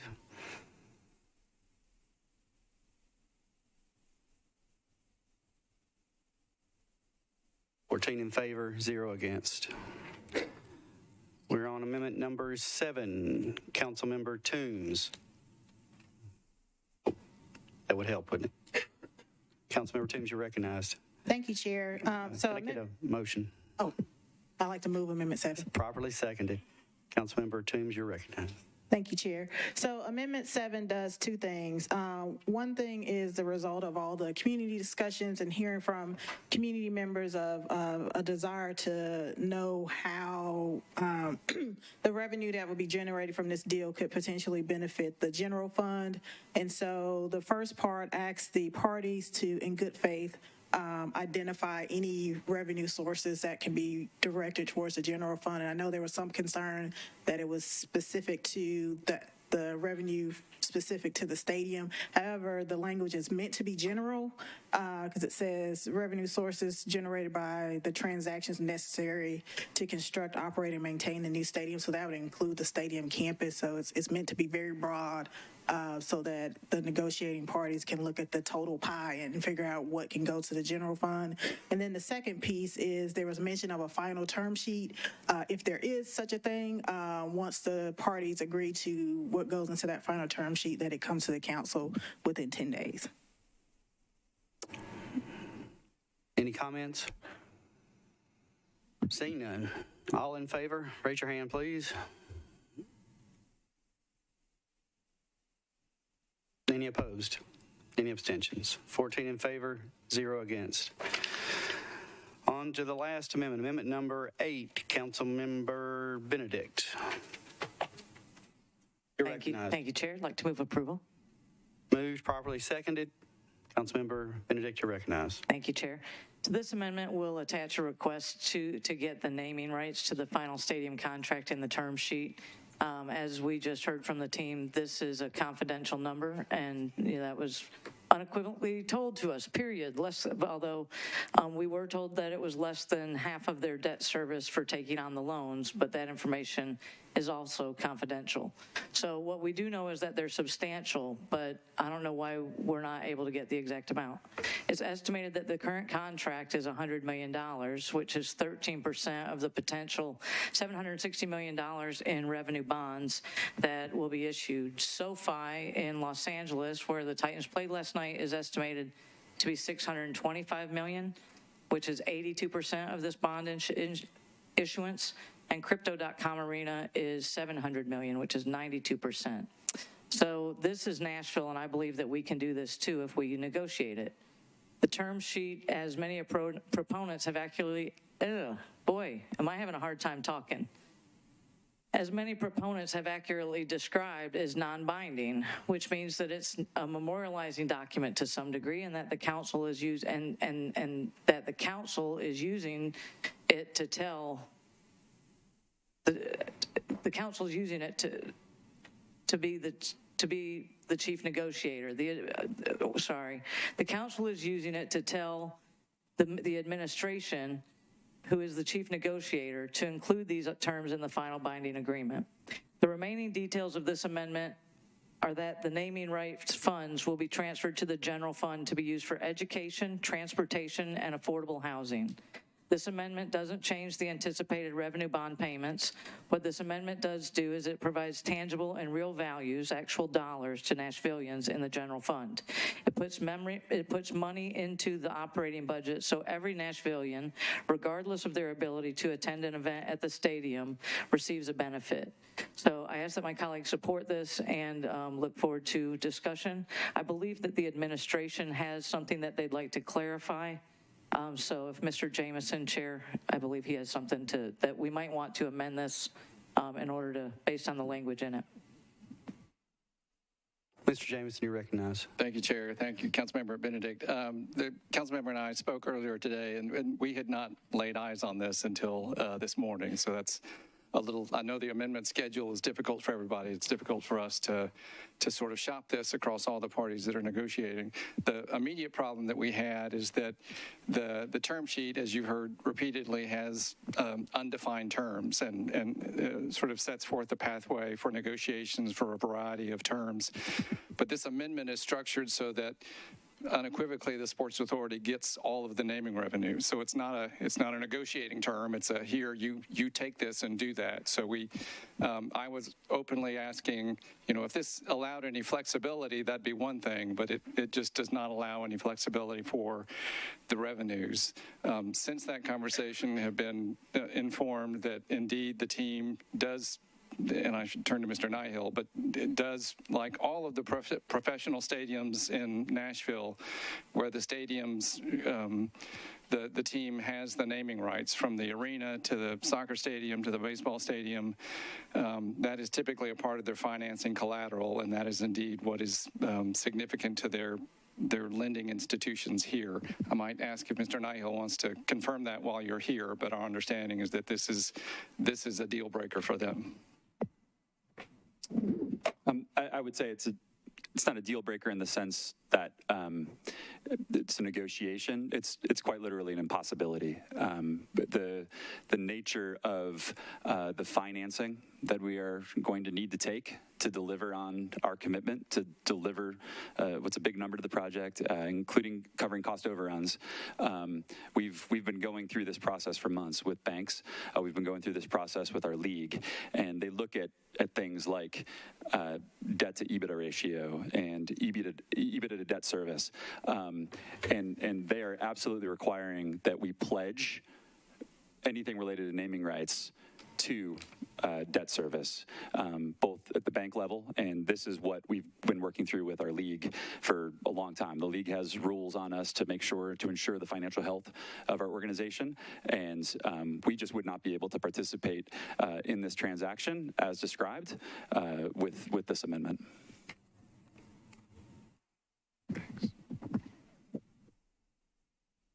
Councilmember Johnston.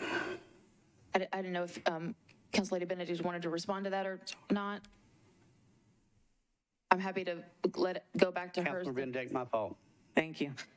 So I think we used to have the same CEO, and Sam Duncan used to go to Wall Street and talk to the investors, and they'd get in his face and say, where's my money? Where's my return on my investment? And he'd tell them what was going on, and their response was, I don't care.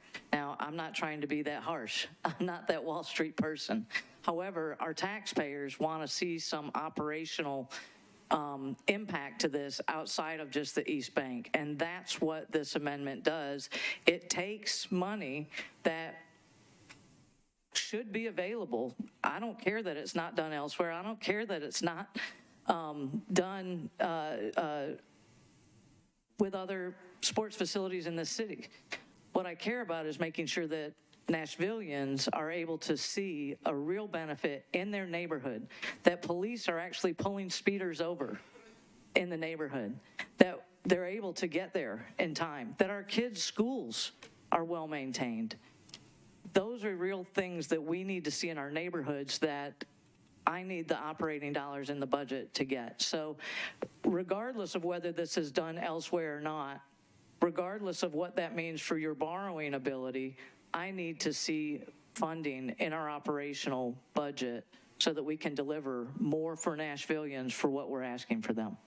Thank you, Chair. Councilmember Johnston. Thank you. I think we all want to see the city benefit from it in as many ways as we possibly can, and so I agree with that sentiment. I think this is the equivalent on the correct me if I'm wrong. This is the equivalent on the Titan side from our perspective with our pledge of $760 million and the dedicated revenue stream of, let's say, the hotel motel tax. If that was taken away, deal breaker on our end.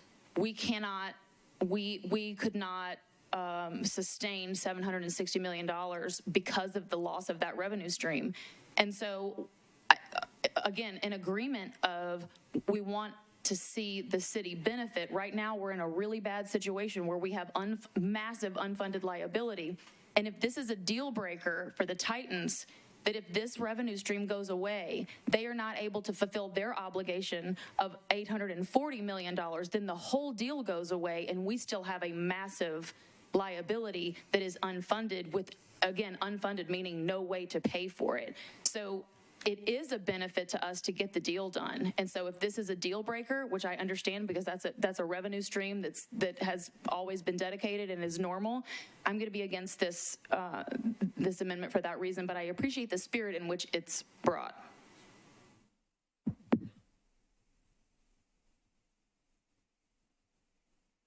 Councilmember Toombs. Thank you, Chair. I just wanted to clarify with the team, in terms of the naming rights, I understand that, because I believe the amendment as it's written anticipates 100% of the naming rights going to the city. But is there any wiggle room where it could be some type of split between the team and the city as it currently stands? And then if the naming rights end up being more valuable, is there opportunity to have some type of percentage split, or is it just all wrapped up into your financing regardless of the value of the naming right? I mean, it all comes down to those ratios. And again, with the investment that we're making to be a part of this solution, banks and our league, I mean, we have had 6 months of conversations on all of this, and we're going to be able to do this. We're going to be able to fund our portion of initial construction, including cost overruns. We're going to be able to do this, but it's close, it's tight, and so it is quite literally. You just take, whether it's 100% or some percentage of it, you take that and it just changes the ratio. So my answer to that is impossible. Maybe not, but it's something that we've gone down this. Again, I think this goes back to 2016. And these are all incredibly valid questions, and we're happy to be talking about and answering them. But like we have, with the state, with the city, tried to find every potential revenue source that can be a part of a solution moving forward. And this is one of them that is a critical pledge for us to be able to deliver on the private portion of this investment. I was not expecting a Sam Duncan reference tonight, Councilmember Benedict. Councilmember Toombs. And I don't want to sound like I'm beating a dead horse. So is it an absolute no on trying to find some type of split? If it's an absolute no, say it's an absolute no. But I just want to make sure, because I understand that you've been working on this a long time in terms of finding revenue sources. And this is a new idea as far as the council is concerned. So I just want to make sure there isn't the opportunity to look at it again. Based on the work that we've done so far, we would have to go back to all of those channels and start the analysis again based on taking out, whatever number and percentage. So I'm trying to give you an honest answer, and not, be misleading at all. I believe it will not be a positive answer if we go through that process, and that process has been underway for 6 months. Some of the things that have moved the needle from this will be approved versus not are much, much smaller than I think what we're talking about here in terms of naming rights, even a split. The needle moves just a little bit, and these ratios are thrown off, and we've had to get creative about how we're going to ultimately figure that out. So I'm trying to give you an honest answer and not say absolutely unequivocally impossible. Based on the journey that we've been on and based on the process with our lenders, with the league, we would be having to kind of go back to the drawing board.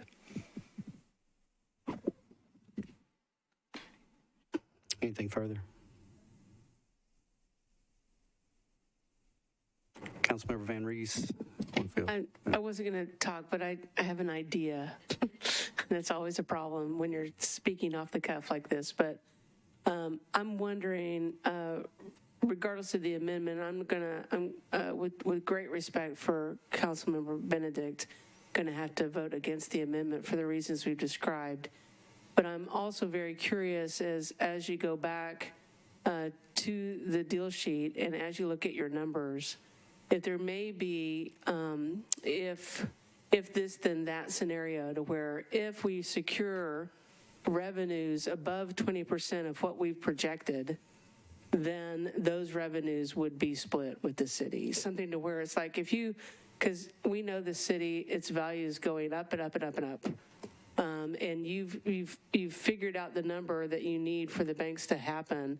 If it's more than 20% over that, we will share with the city. And I think those types of negotiations you could maybe talk about and it not be part of an amendment process, but just a negotiation process. So I just wanted to throw that against the wall as an opportunity in the future.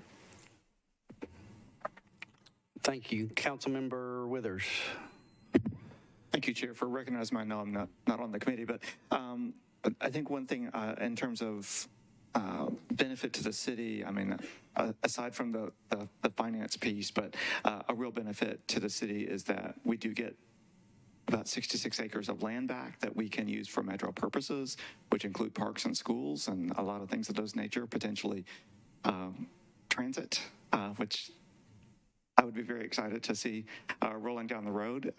So I think that there is a lot of public benefit there out of a lot of this generally. But I think if the desire is to continue conversations to look for other revenue sources that will come back into Metro through the campus development, I would argue that Councilmember Toombs' Amendment 7 that was recommended by the committee kind of already does that. And so I personally think this one is well-intentioned, but a little bit dangerous to the overall deal, but would encourage folks to not support this one, but continue to work with Councilmember Toombs to look at other revenue sources that may come from development on the campus for supporting the general fund. Thank you, Councilmember Withers. Councilmember Porterfield, you're recognized. Thank you, Chair, and thank you to our colleague, Councilmember Benedict, for thinking outside the box and looking for ways to continue to work in the best interest of all of Nashville. I had a follow-up question from Councilmember Toombs' line of questioning. It seems as though, and this is Chair, if I'll direct it to you, but if you will allow the Titans to answer that, it seems as though it is highly unlikely or improbable that this would be able to go through with their current financing. Is there any way that we could get a definitive answer before we vote tomorrow on whether or not this will impact their financing? I understand that it is possible and likely that it will, but could we get a definitive answer before tomorrow's meeting? Mr. Nihil.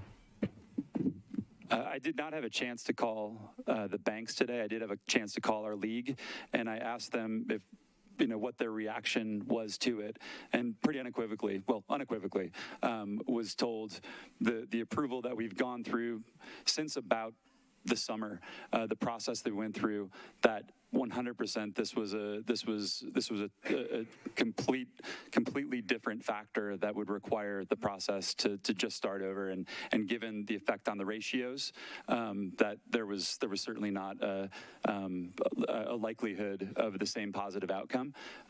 That was the answer from the league, which also has a layer of almost government-like authority over us and how we would take out financing. To me, it was a pretty definitive answer from the league, even if we haven't talked to the banks yet.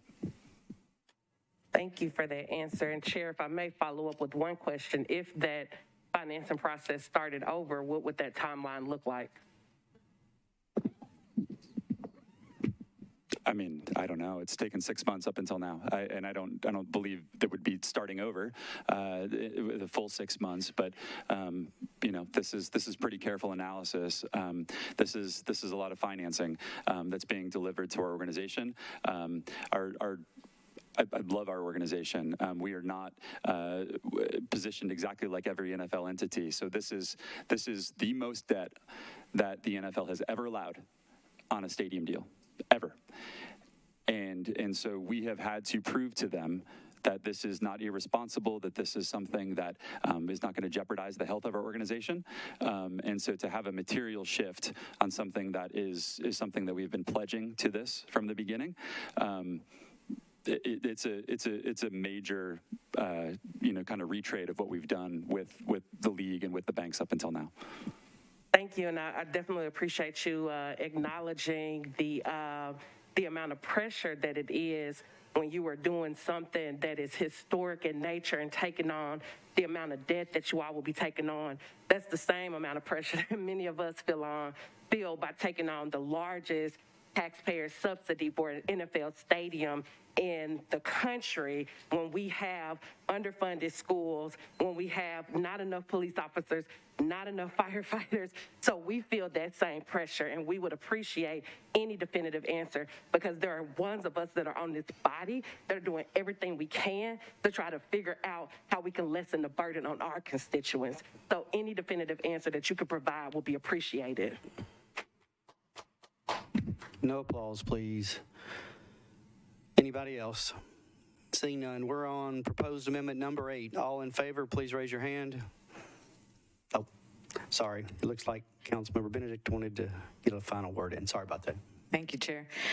So I deferred to the administration at first because the conversation that I had was that what Councilmember Toombs brought up was possible with an amendment to this amendment, which would just be an amendment, so that there could potentially be a split. And I want to go back to the term sheet being a guiding document. This is not something that locks the team into making this decision.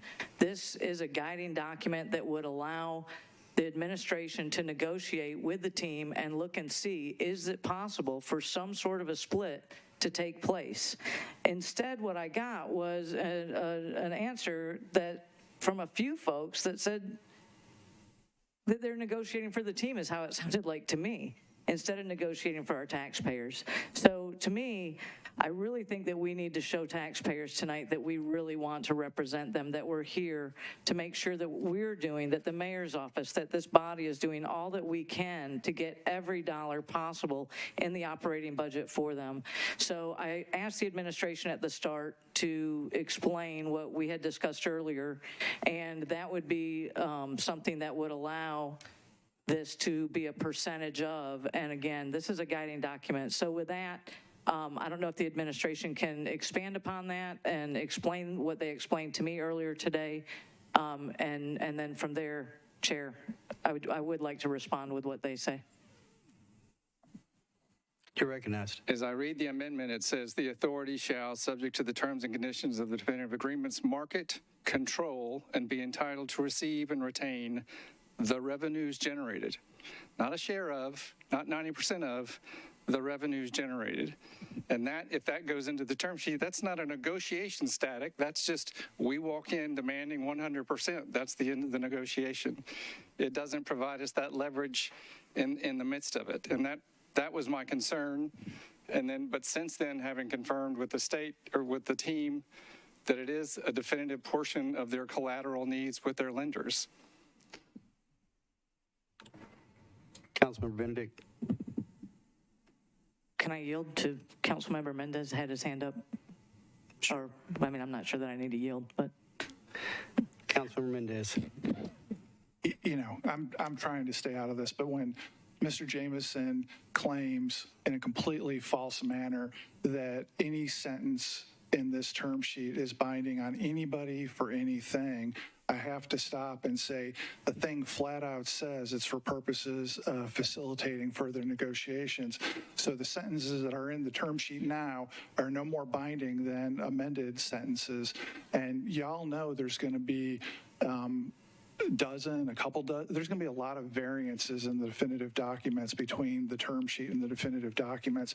And we're all going to be here 3 months from now, hopefully with a detailed list of the variances between the term sheet and the definitive documents. But putting anything in here is not binding anybody on anything. That's what the term sheet says. Councilmember Benedict. Thank you, Chair. So I just want to wrap up. I would ask that my colleagues support this. This is demonstrating to the taxpayers that we are fighting to get every single dollar possible to them out of this deal, and taking as much risk as possible off of them so that they can get the benefit from this deal as much as possible. Since we can't get the full amount, I'm not going to be in support of the resolution as amended tonight. I would encourage my colleagues to go ahead and vote and get this on so that it can be a part of that negotiation officially for that non-binding term sheet document, so that if the team is able to share anything, as Councilmember Van Rees mentioned earlier, if there's a way that we can negotiate something to get something from these naming rights, to me that's a win for our taxpayers. And I would applaud the Titans for helping that be a win for the taxpayers. So with that, I seek everyone's approval. Thank you. Seeing no other hands, we are now voting on proposed amendment number 8. All in favor, please raise your hand.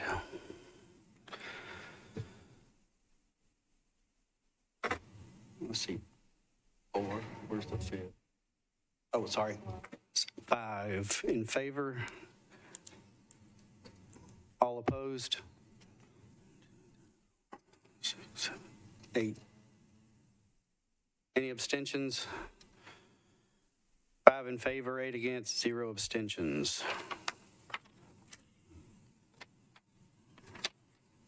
We are now back on Resolution 2022-1827 as amended. Councilmember Withers, you're the main sponsor. Would you like to say anything on the?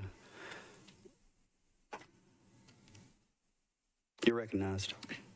Well, I'd like to move approval, and we will have discussion about amendments probably on the floor tomorrow as well. Okay, it was moved and approved earlier, so we are now looking for anything on the actual resolution. Councilmember Mendez.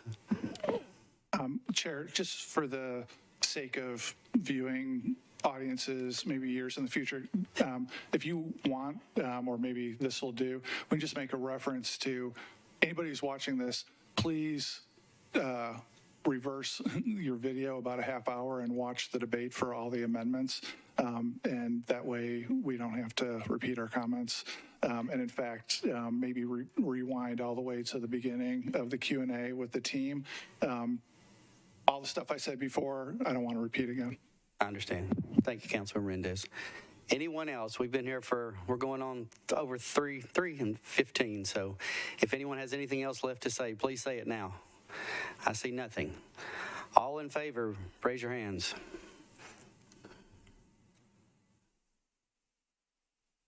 11 in favor, all against. 2 opposed. Any abstentions? I didn't see. 11 in favor, 2 against, no abstentions. All right. I'm going to read through the consent calendar real quick. Y'all take a breath. This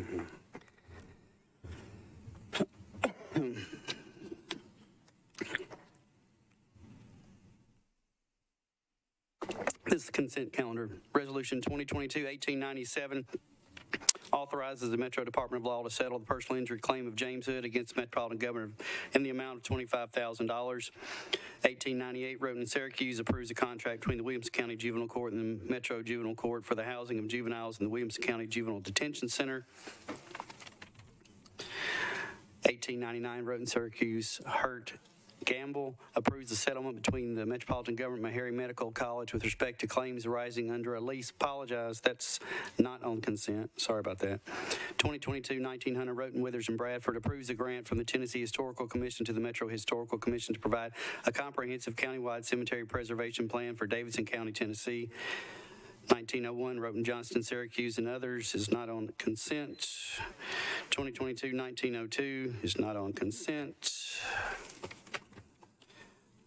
1903, Gamble, Johnson, Sepulveda, and others appropriates $5,110,000 of American Rescue Plan Act funds from Fund Number 30216 to Metro General Services for renovations to the Magruder Family Resource Center. 1904, Johnston, Sepulveda, Gamble, and others appropriates $2 million in American Rescue Plan Act funds from Fund Number 30216 to the YMCA Nashville, Middle Tennessee for repairs and infrastructure improvements to the Weaver Domestic Violence Center. 1906 appropriates $2,090,000 in American Rescue Plan Act funds from Fund 30216 to the Metropolitan Action Commission for repairs and safety improvements to Metro-owned child care centers. 1907, Roten, Syracuse approves the term of a cooperative purchasing master agreement for ambulances and emergency medical service vehicles for the Department of General Services. 1908, Roten, Syracuse approves the terms of a cooperative purchasing master agreement for ambulances and emergency medical services vehicles for the Department of General Services. 1909, Roten, Syracuse approves the terms of a cooperative purchasing master agreement for firefighting apparatus and fire services vehicles for the Department of General Services. 1910, Roten authorizes the Department of Law to compromise and settle the Metro Davidson County's property damage claim against Clarissa Martinez in the amount of $31,925 to be paid to the Office of Fleet Management. 1912, Roten and Pulley approves the terms of a cooperative purchasing master agreement for golf utilities and hospitality carts, including parts and accessories for the Department of Water Services. 1913, Roberts, Roten, Withers, and Pulley approves a participation agreement between the Metropolitan Department of Water and Sewerage Services and ECG 4910 LLC to provide stormwater infrastructure improvements through funding, the design, and construction of an improved stormwater system. 1914, Roten and Pulley approves a grant from the State Department of Environment and Conservation to the Metropolitan Department of Water and Sewerage Services Waste Division to fund the purchase of curbside recycling carts. 1915 is not on consent. 1916, Roten and Syracuse approves an intergovernmental agent between Metropolitan Nashville Police Department and the City of Cookeville for the distribution of state grant funds to assist with investigations of internet crimes against children. 1917 approves an intergovernmental agreement between the Metropolitan Nashville Police Department and the Davidson County Sheriff's Office for the distribution of state grant funds to assist with investigations of internet crimes against children. 1918, Roten and Syracuse approves an intergovernmental agreement between the Metropolitan Nashville Police Department and the Spring Hill Police Department for the distribution of state grant funds to assist with investigations of internet crimes against children. 1919, Roten and Syracuse approves an intergovernmental agreement between the Metro Nashville Police Department and the Williamson County Sheriff's Office for the distribution of state grant funds to assist with investigations of internet crimes against children. 1920, Roten and Syracuse approves an agreement between the United States Department of Justice Drug Enforcement Administration and the Metropolitan Nashville Police Department pertaining to the DEA Middle Tennessee Drug and Violent Crime Appalachia Task Force. 1921, Roten and Syracuse approves a grant from the Tennessee Emergency Management Agency to the Metropolitan Office of Emergency Management to provide public assistance for damages caused by severe storms, straight-line winds, and tornadoes during December 2021. 1922, Roten, Syracuse, Welsh, and Swara approves a contract between the Metropolitan Board of Health and Vanderbilt University Medical Center to make available to potential eligible individuals who receive inpatient and outpatient prenatal and postpartum services or minors under the age of 5 receiving pediatric services. Information about WIC program benefits. Number 28 on your calendar, 1923, Roten, Syracuse, and Welsh approves a contract between the Metropolitan Board of Health and Nurture the Next to provide funding for a program coordinator for the Collective Impact Initiative, ACE Nashville. 1924 is not on consent. 1925, Rosenberg, Roten, Withers, and Pulley approves an intergovernmental agreement between the Tennessee Department of Transportation and the Metropolitan Nashville Department of Transportation and Multimodal Infrastructure for the acceptance of work in connection with the construction of intersection improvements on the I-40 interchange at McCrory Lane. And 1926 is not on consent. That is the resolution consent calendar. Can I get a motion? Move properly. Second. All in favor? Any opposed? You move it out. What was the number on that one?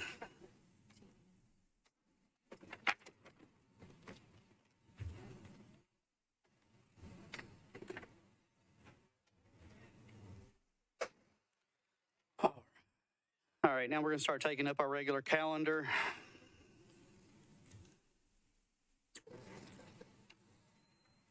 Item number 4 on the regular calendar, RS 2022-1899, Roten, Syracuse, Hurt and Gamble approves a settlement agreement between the Metropolitan Government and Meharry Medical College with respect to claims arising under a lease agreement for the land and improvements used in the operation of Nashville General Hospital and related matters. Councilmember Syracuse, you are recognized. Thank you, Chair. I'm going to move the amendment. The amendment is, can we get a motion on the resolution? Moved properly seconded. We have a motion on the amendment.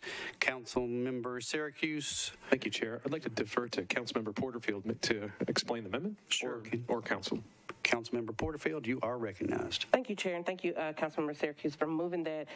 At the Minority Caucus meeting, we did have a very robust conversation around this, and we wanted to make sure that with the new terms of the lease agreement, that with the end date of the lease being December 30th, 2027, that in the event that General Hospital needed to extend the lease to continue to use the current facility. We wanted to make sure that that option would still be on the table. So this is not locking Meharry in general into negotiating extension of the lease. We just want to make sure that that option is on the table if deemed necessary. And with that, I ask for the body's approval. See no other hands. All in favor of the proposed amendment? Any opposed? You adopt. 13 in favor, 0 against. We are back on the resolution as amended. Councilmember Syracuse. Thank you, Chair. I'll move approval as amended. We have a proper motion, properly seconded. All in favor? Any opposed? You adopt. 13 in favor, 0 against. RS 2022-1901, Roten, Johnston, Syracuse, and others adopts the fund balance reserve policies for the Metropolitan government. It's this is my understanding that Councilmember Withers withdrew this in the planning. Oh, I'm sorry. My apologies. I'm sorry. My apologies. Everybody was like, "What? What? No. I'm sorry." That was down the line here. Sorry about that. It's my understanding the administration. Can I get a motion? Properly seconded. Thank you. Since I'm the first sponsor, it's my understanding that the administration wanted this deferred one meeting because they also have an ordinance that's coming that will will be here in front of this committee at the next meeting, so we could discuss this whole thing at the next meeting. So, got proper motion to defer one meeting, properly seconded. All in favor? Any opposed? You adopt. Deferred one meeting. Sorry about that, y'all. 1902, Van Rees and Benedict approves an economic impact plan for the Madison Station Economic Development Area. A motion properly seconded, and Councilmember Van Rees, you are recognized. Yes, I'd first like to move an amendment that is clarifying. You have a motion for the movement of the amendment, properly seconded. You're recognized. Yes, this amendment is just to correct a typo. If you'd like to explain it from the legal desk, that'd be fine. Sorry. This is a housekeeping amendment. There were some typos to statutory references in the economic impact plan, and this simply switches out the incorrect plan with the corrected plan. Yes, and with that, I apologize for the 140-page amendment packet because of that, and I move approval of the amendment. Properly moved and seconded. All in favor? Any opposed? You move the amendment. 13 in favor, 0 against. We are back on the resolution. Thank you, Chair. If you'd be so kind, I'd like to say a few words about this. And I know, colleagues, we've been late, but I do want to remind folks how important this has been. Over 7 years of collaboration with districts 3, 10, 9, and 7 over 2 different terms. The community excitement is absolutely breathtaking. After unanimous approval from the IDB board, we're extremely excited. The thing that really gets me excited right now is I want to read some names of some friends of mine. Benedict, Young, Gamble, Hancock, Pulley, Johnston, Allen, Vercher, Withers, Hurt, Toombs, Roberts, Syracuse, Hauser, Welch, Rutherford, O'Connell, Hager, Sepulveda, and Sledge. That's 21 of our colleagues that have already co-signed on this package, and I'm extremely proud of that. However, because the Finance Department does have 20 days to sign off on this, I want to make sure we get it right.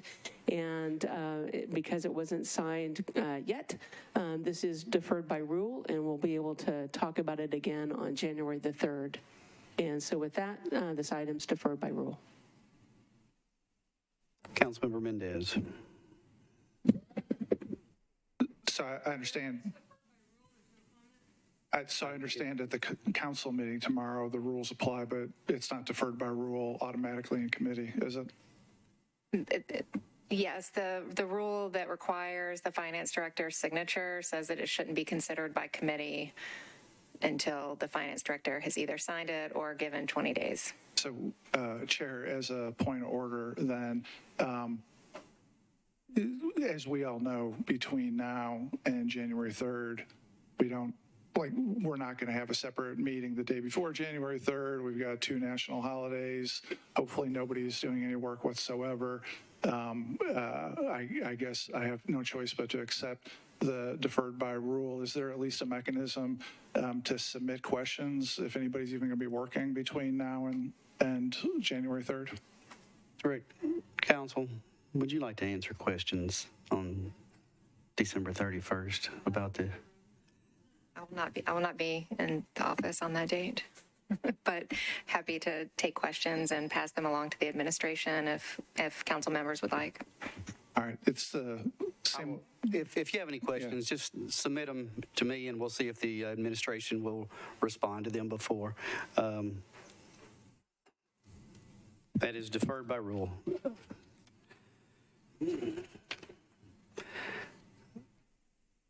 2022-1905, Gamble, O'Connell, Roten, and others appropriates $10 million in American Rescue Plan Act funds from Fund 30216 to Fisk University for renovation and upgrading of Burris Hall in a public-private partnership with Metro government to establish a small business entrepreneurship and innovation facility in North Nashville.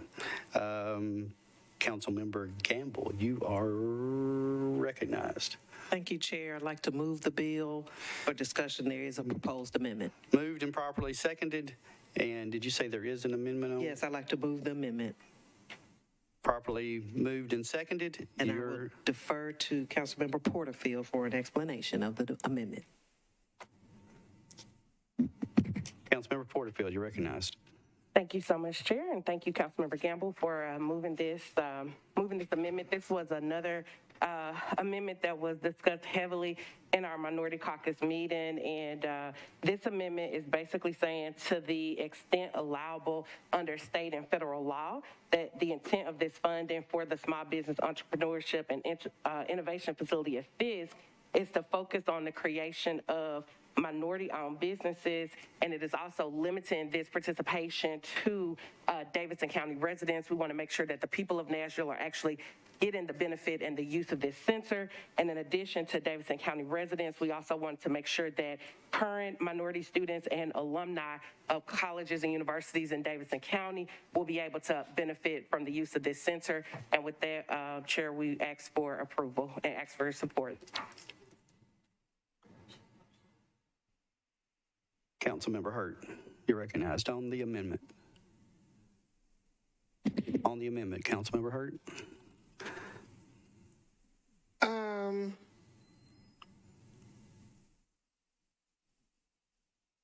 No, I think I'll wait on the bill, on the resolution. We have a motion on the amendment properly seconded. All in favor? Aye. Any opposed? You approve. 13 in favor, 0 against, no abstentions. We are back on the bill. The resolution, I should say. Councilmember Hurt, you're recognized. Right, I'm hoping, and I'm sorry I missed that part, but I'm hoping that it was suggested in terms of identifying a certain number that is going to serve minorities and Fisk alum as well as Fisk students. But I would also like to publicly say, I understand that it is being referred to as the Darrell S. Freeman, but as a friend, I would hope that the name and the legacy is not being exploited in order to help push this through, because I think it is a great resolution standing on its own. I know that Darrell's wife is a very private individual, and I think that we want to make sure that we honor him in his life and in death. And I would just ask that we respect that and not utilize his name and his legacy inappropriately. Thank you. Councilmember Gamble, you're recognized. I'm sorry, Vice Chair Gamble. Thank you, Chair.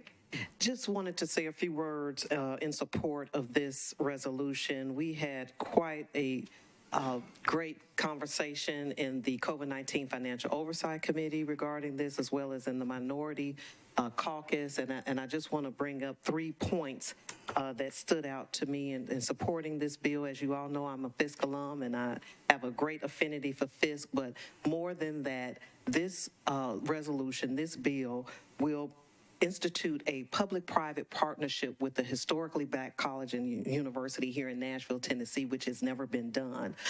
This Fisk University has been here for 155 years.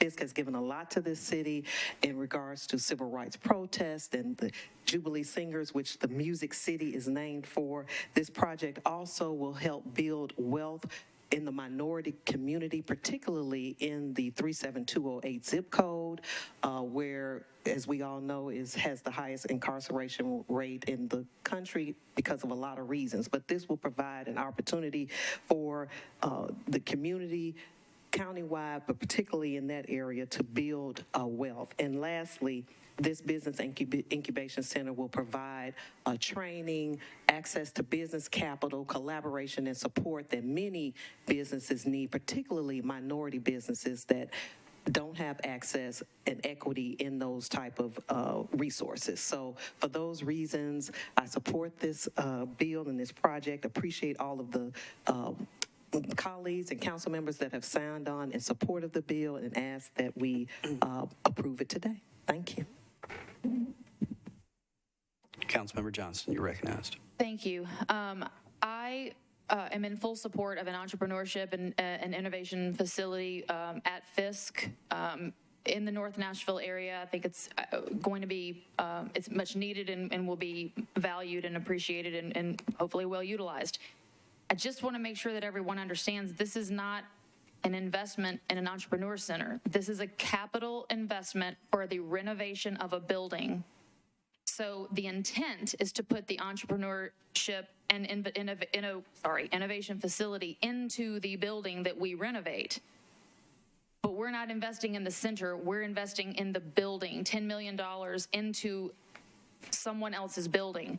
My problem with it is source of funds, not the project itself. I love saving historic buildings. Again, super appreciate the project that is intended to move into it. We have so many buildings that are Metro owned that are in dire need of repair and renovation. It just doesn't seem fiscally responsible to me to invest that kind of money when we have such need for things that we already own.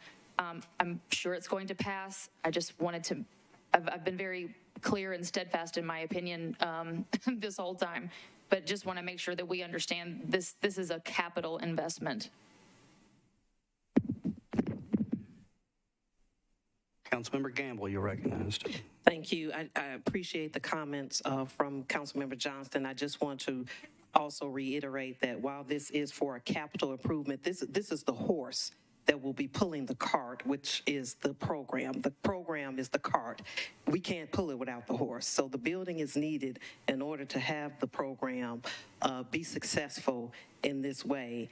And yes, so for that reasons, like I said, we ask for support. Thank you. And I know what the other thing is. Fisk will be raising the funding for the operational. So this is not an ongoing, sustainable or contribution to this project. This is a project to get it, a contribution or a partnership to get the project going, and then Fisk will maintain the operational expense for the project. Thank you. Thank you. Councilmember Benedict. Thank you, Chair. I just want to point out, I'm in support of this and wholeheartedly. This is a great way that we are benefiting Nashville with some tax dollars. Thank you. Thank you. Councilmember Hurt, you're recognized. Thank you so much. I too am very much in support of this and have been an advocate. And I actually took some time to look at the American Rescue Plan Act, and nowhere did I see in there that it was against the usage of those funds to be utilized for a nonprofit historically black college and university. So, and I looked high and low. I know the National League of Cities had a playbook, and it was not listed there, and I just could not find where it would not be a valid expenditure for the use of those funds. And I totally agree that this has been far too long that the city has neglected to help one of its treasures of this city. So I ask for approval on behalf of the colleagues as well. Thank you, Councilmember Hurt. Seeing no other hands, we have the resolution properly amended. All in favor? Any opposed? One.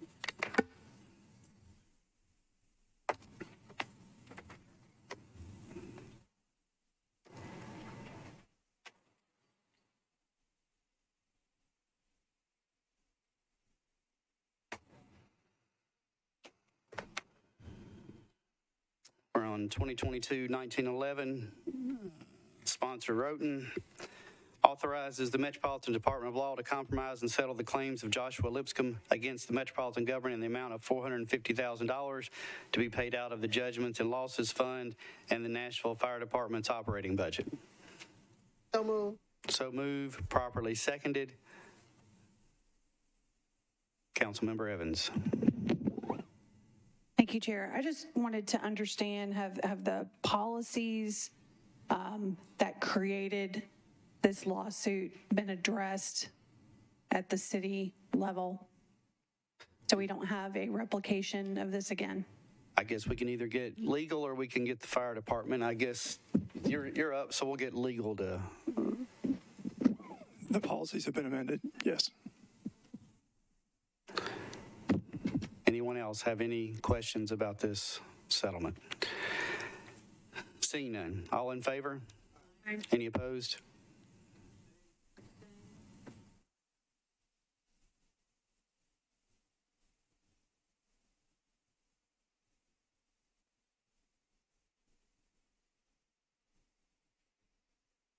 Councilmember Vercher, did you abstain? I'm sorry. My apologies. Yes, Chair. I keep writing it down, and I have to keep Xing it out. And I don't know if you've been counting me back here all night. I'm counting you every okay. time. I'm counting you. You know I'm going to count you. Do you want to know my reason for abstaining or no? No, we don't have to. I think go you through it. It's already 8 know, o'clock. though. It's 8 Okay. o'clock. We know. All right. So I know.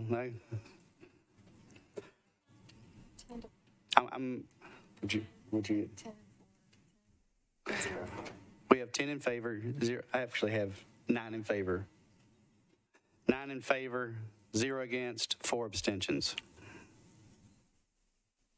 Sorry about that. I know y'all like me to give the score. I apologize.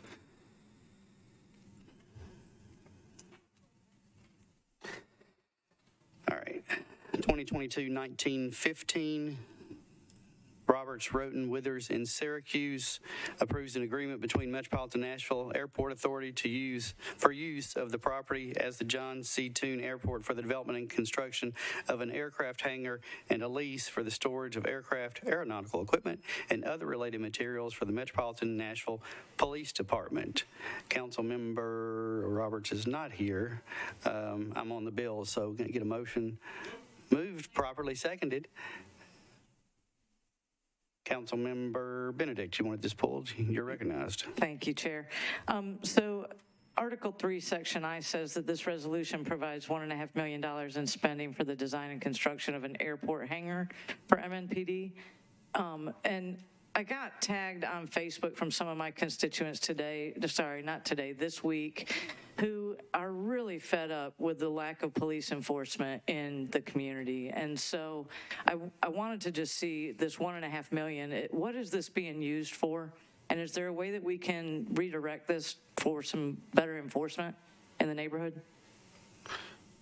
Commander Gilder, would you like to come up and answer a question? you know, the police department, they're working late hours tonight. We got to appreciate this right here. So you're recognized, Commander. Yeah, so it's Chris Gilder, Metro Police Department. So all the costs related to this is for the lease agreement with John C. Toon in order to construct an airport hangar for the 2 new helicopters that the council so graciously purchased for us this past year, because the current aviation facility that we have at the training academy does not fit them. It's too small. We just simply can't house them there. And plus it allows us to fly in and out of the airport as opposed to in and out of North Nashville right there where there's now a lot of neighborhoods. So. Anything further? Yeah, so this is for the design and construction. Is the hangar itself already in a capital spending plan? So no, we're not building the hangar. It's part of the lease agreement that John C. Toon will construct the hangar on their property, and we are leasing the hangar. That's my understanding. Yeah, I don't think so. As I was told, $10 million was going to be covered by the police department or by, in a capital spending plan.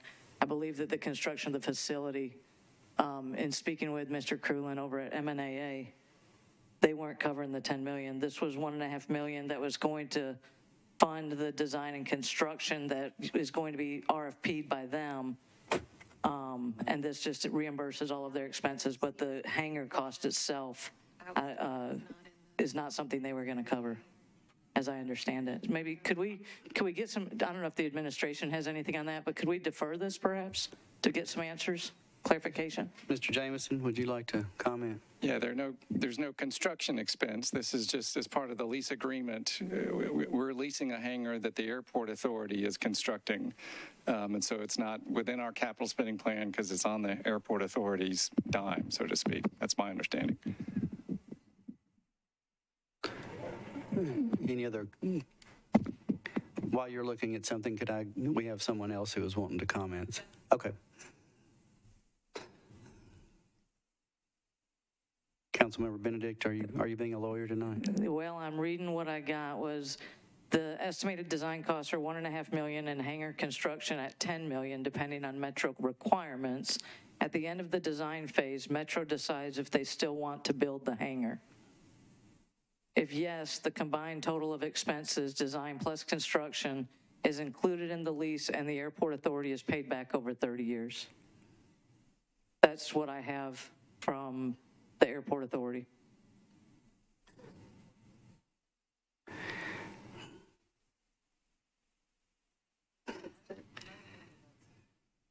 Councilmember Mendez, would you like to comment on that? I mean, I'm not playing lawyer either, but I interpret that as airport pays for it and they get paid back out of rent over time.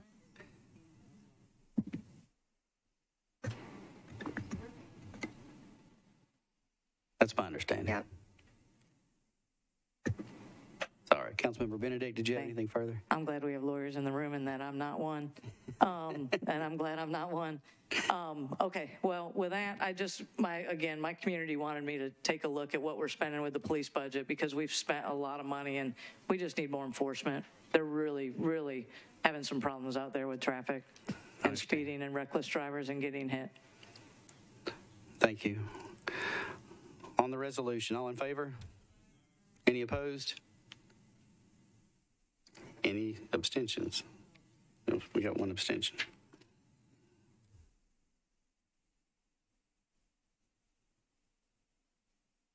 We're still at 13. 12 in favor, 0 against, 1 abstention.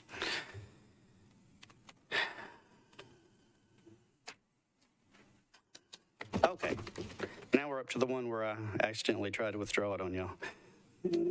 2022-1924 approves an application for Brownfield's community-wide assessment grants from the U.S. Environmental Protection Agency to the Metropolitan Nashville Planning Department to evaluate the presence of environmental contaminants within properties along the East Bank having a history of industrial use.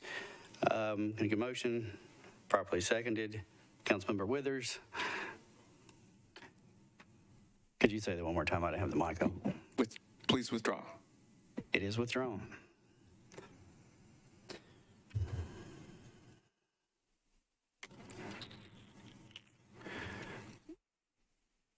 2022-1926, Mendez and Welsh request that the Metropolitan government decline $50 million of the proceeds of the state bonds if the state of Tennessee will agree to use such declined funds to provide adequate and appropriate facilities for children in the custody of the Tennessee Department of Children's Services. Councilmember Mendez, you're recognized. I'd move approval and refer everybody to the comments for and against Amendment 3 about an hour ago. It's moved and properly seconded. Councilmember Johnston, I would second the motion to refer back to the previous comments, and I will be a no vote and hope you will too. All right, so we're on 2022-1926. This is definitely deja vu. All in favor, raise your hand, please. 2 in favor. Any opposed, raise your hand, please. 1, 2, 3, 4, 5, 6, 7, 8, 9, 10. 2 in favor, 10 against. Yeah, the last one walked out the door right then. So, all right, we're on bills on second. We have 2 bills left. One is on consent. 2022-1582, Roten Young, Evans, and others establishes a program for the purpose of providing assistance to low-income elderly residents in Metropolitan. So moved, properly seconded. All in favor? Any opposed? You approved the second reading on consent, 12 in favor, 0 against. The last bill, 2022-1583, Roten and Hurt approves Amendment 2 to the contract for program management services between Gobble Hayes Partners, Inc. and the Metropolitan Government, which extends the contract term for an additional 30 months and limits the scope. Please don't walk out of the room. Just give me a vote real quick, please. This one, I did not put it on consent because I wanted to find out if there were any further funds we were going to have to be paying, and I was told that there are no further funds. And so, all in favor? Any opposed? No, you adopt. Thank you, y'all. Thanks for the great night. Wonderful. Yeah. Okay.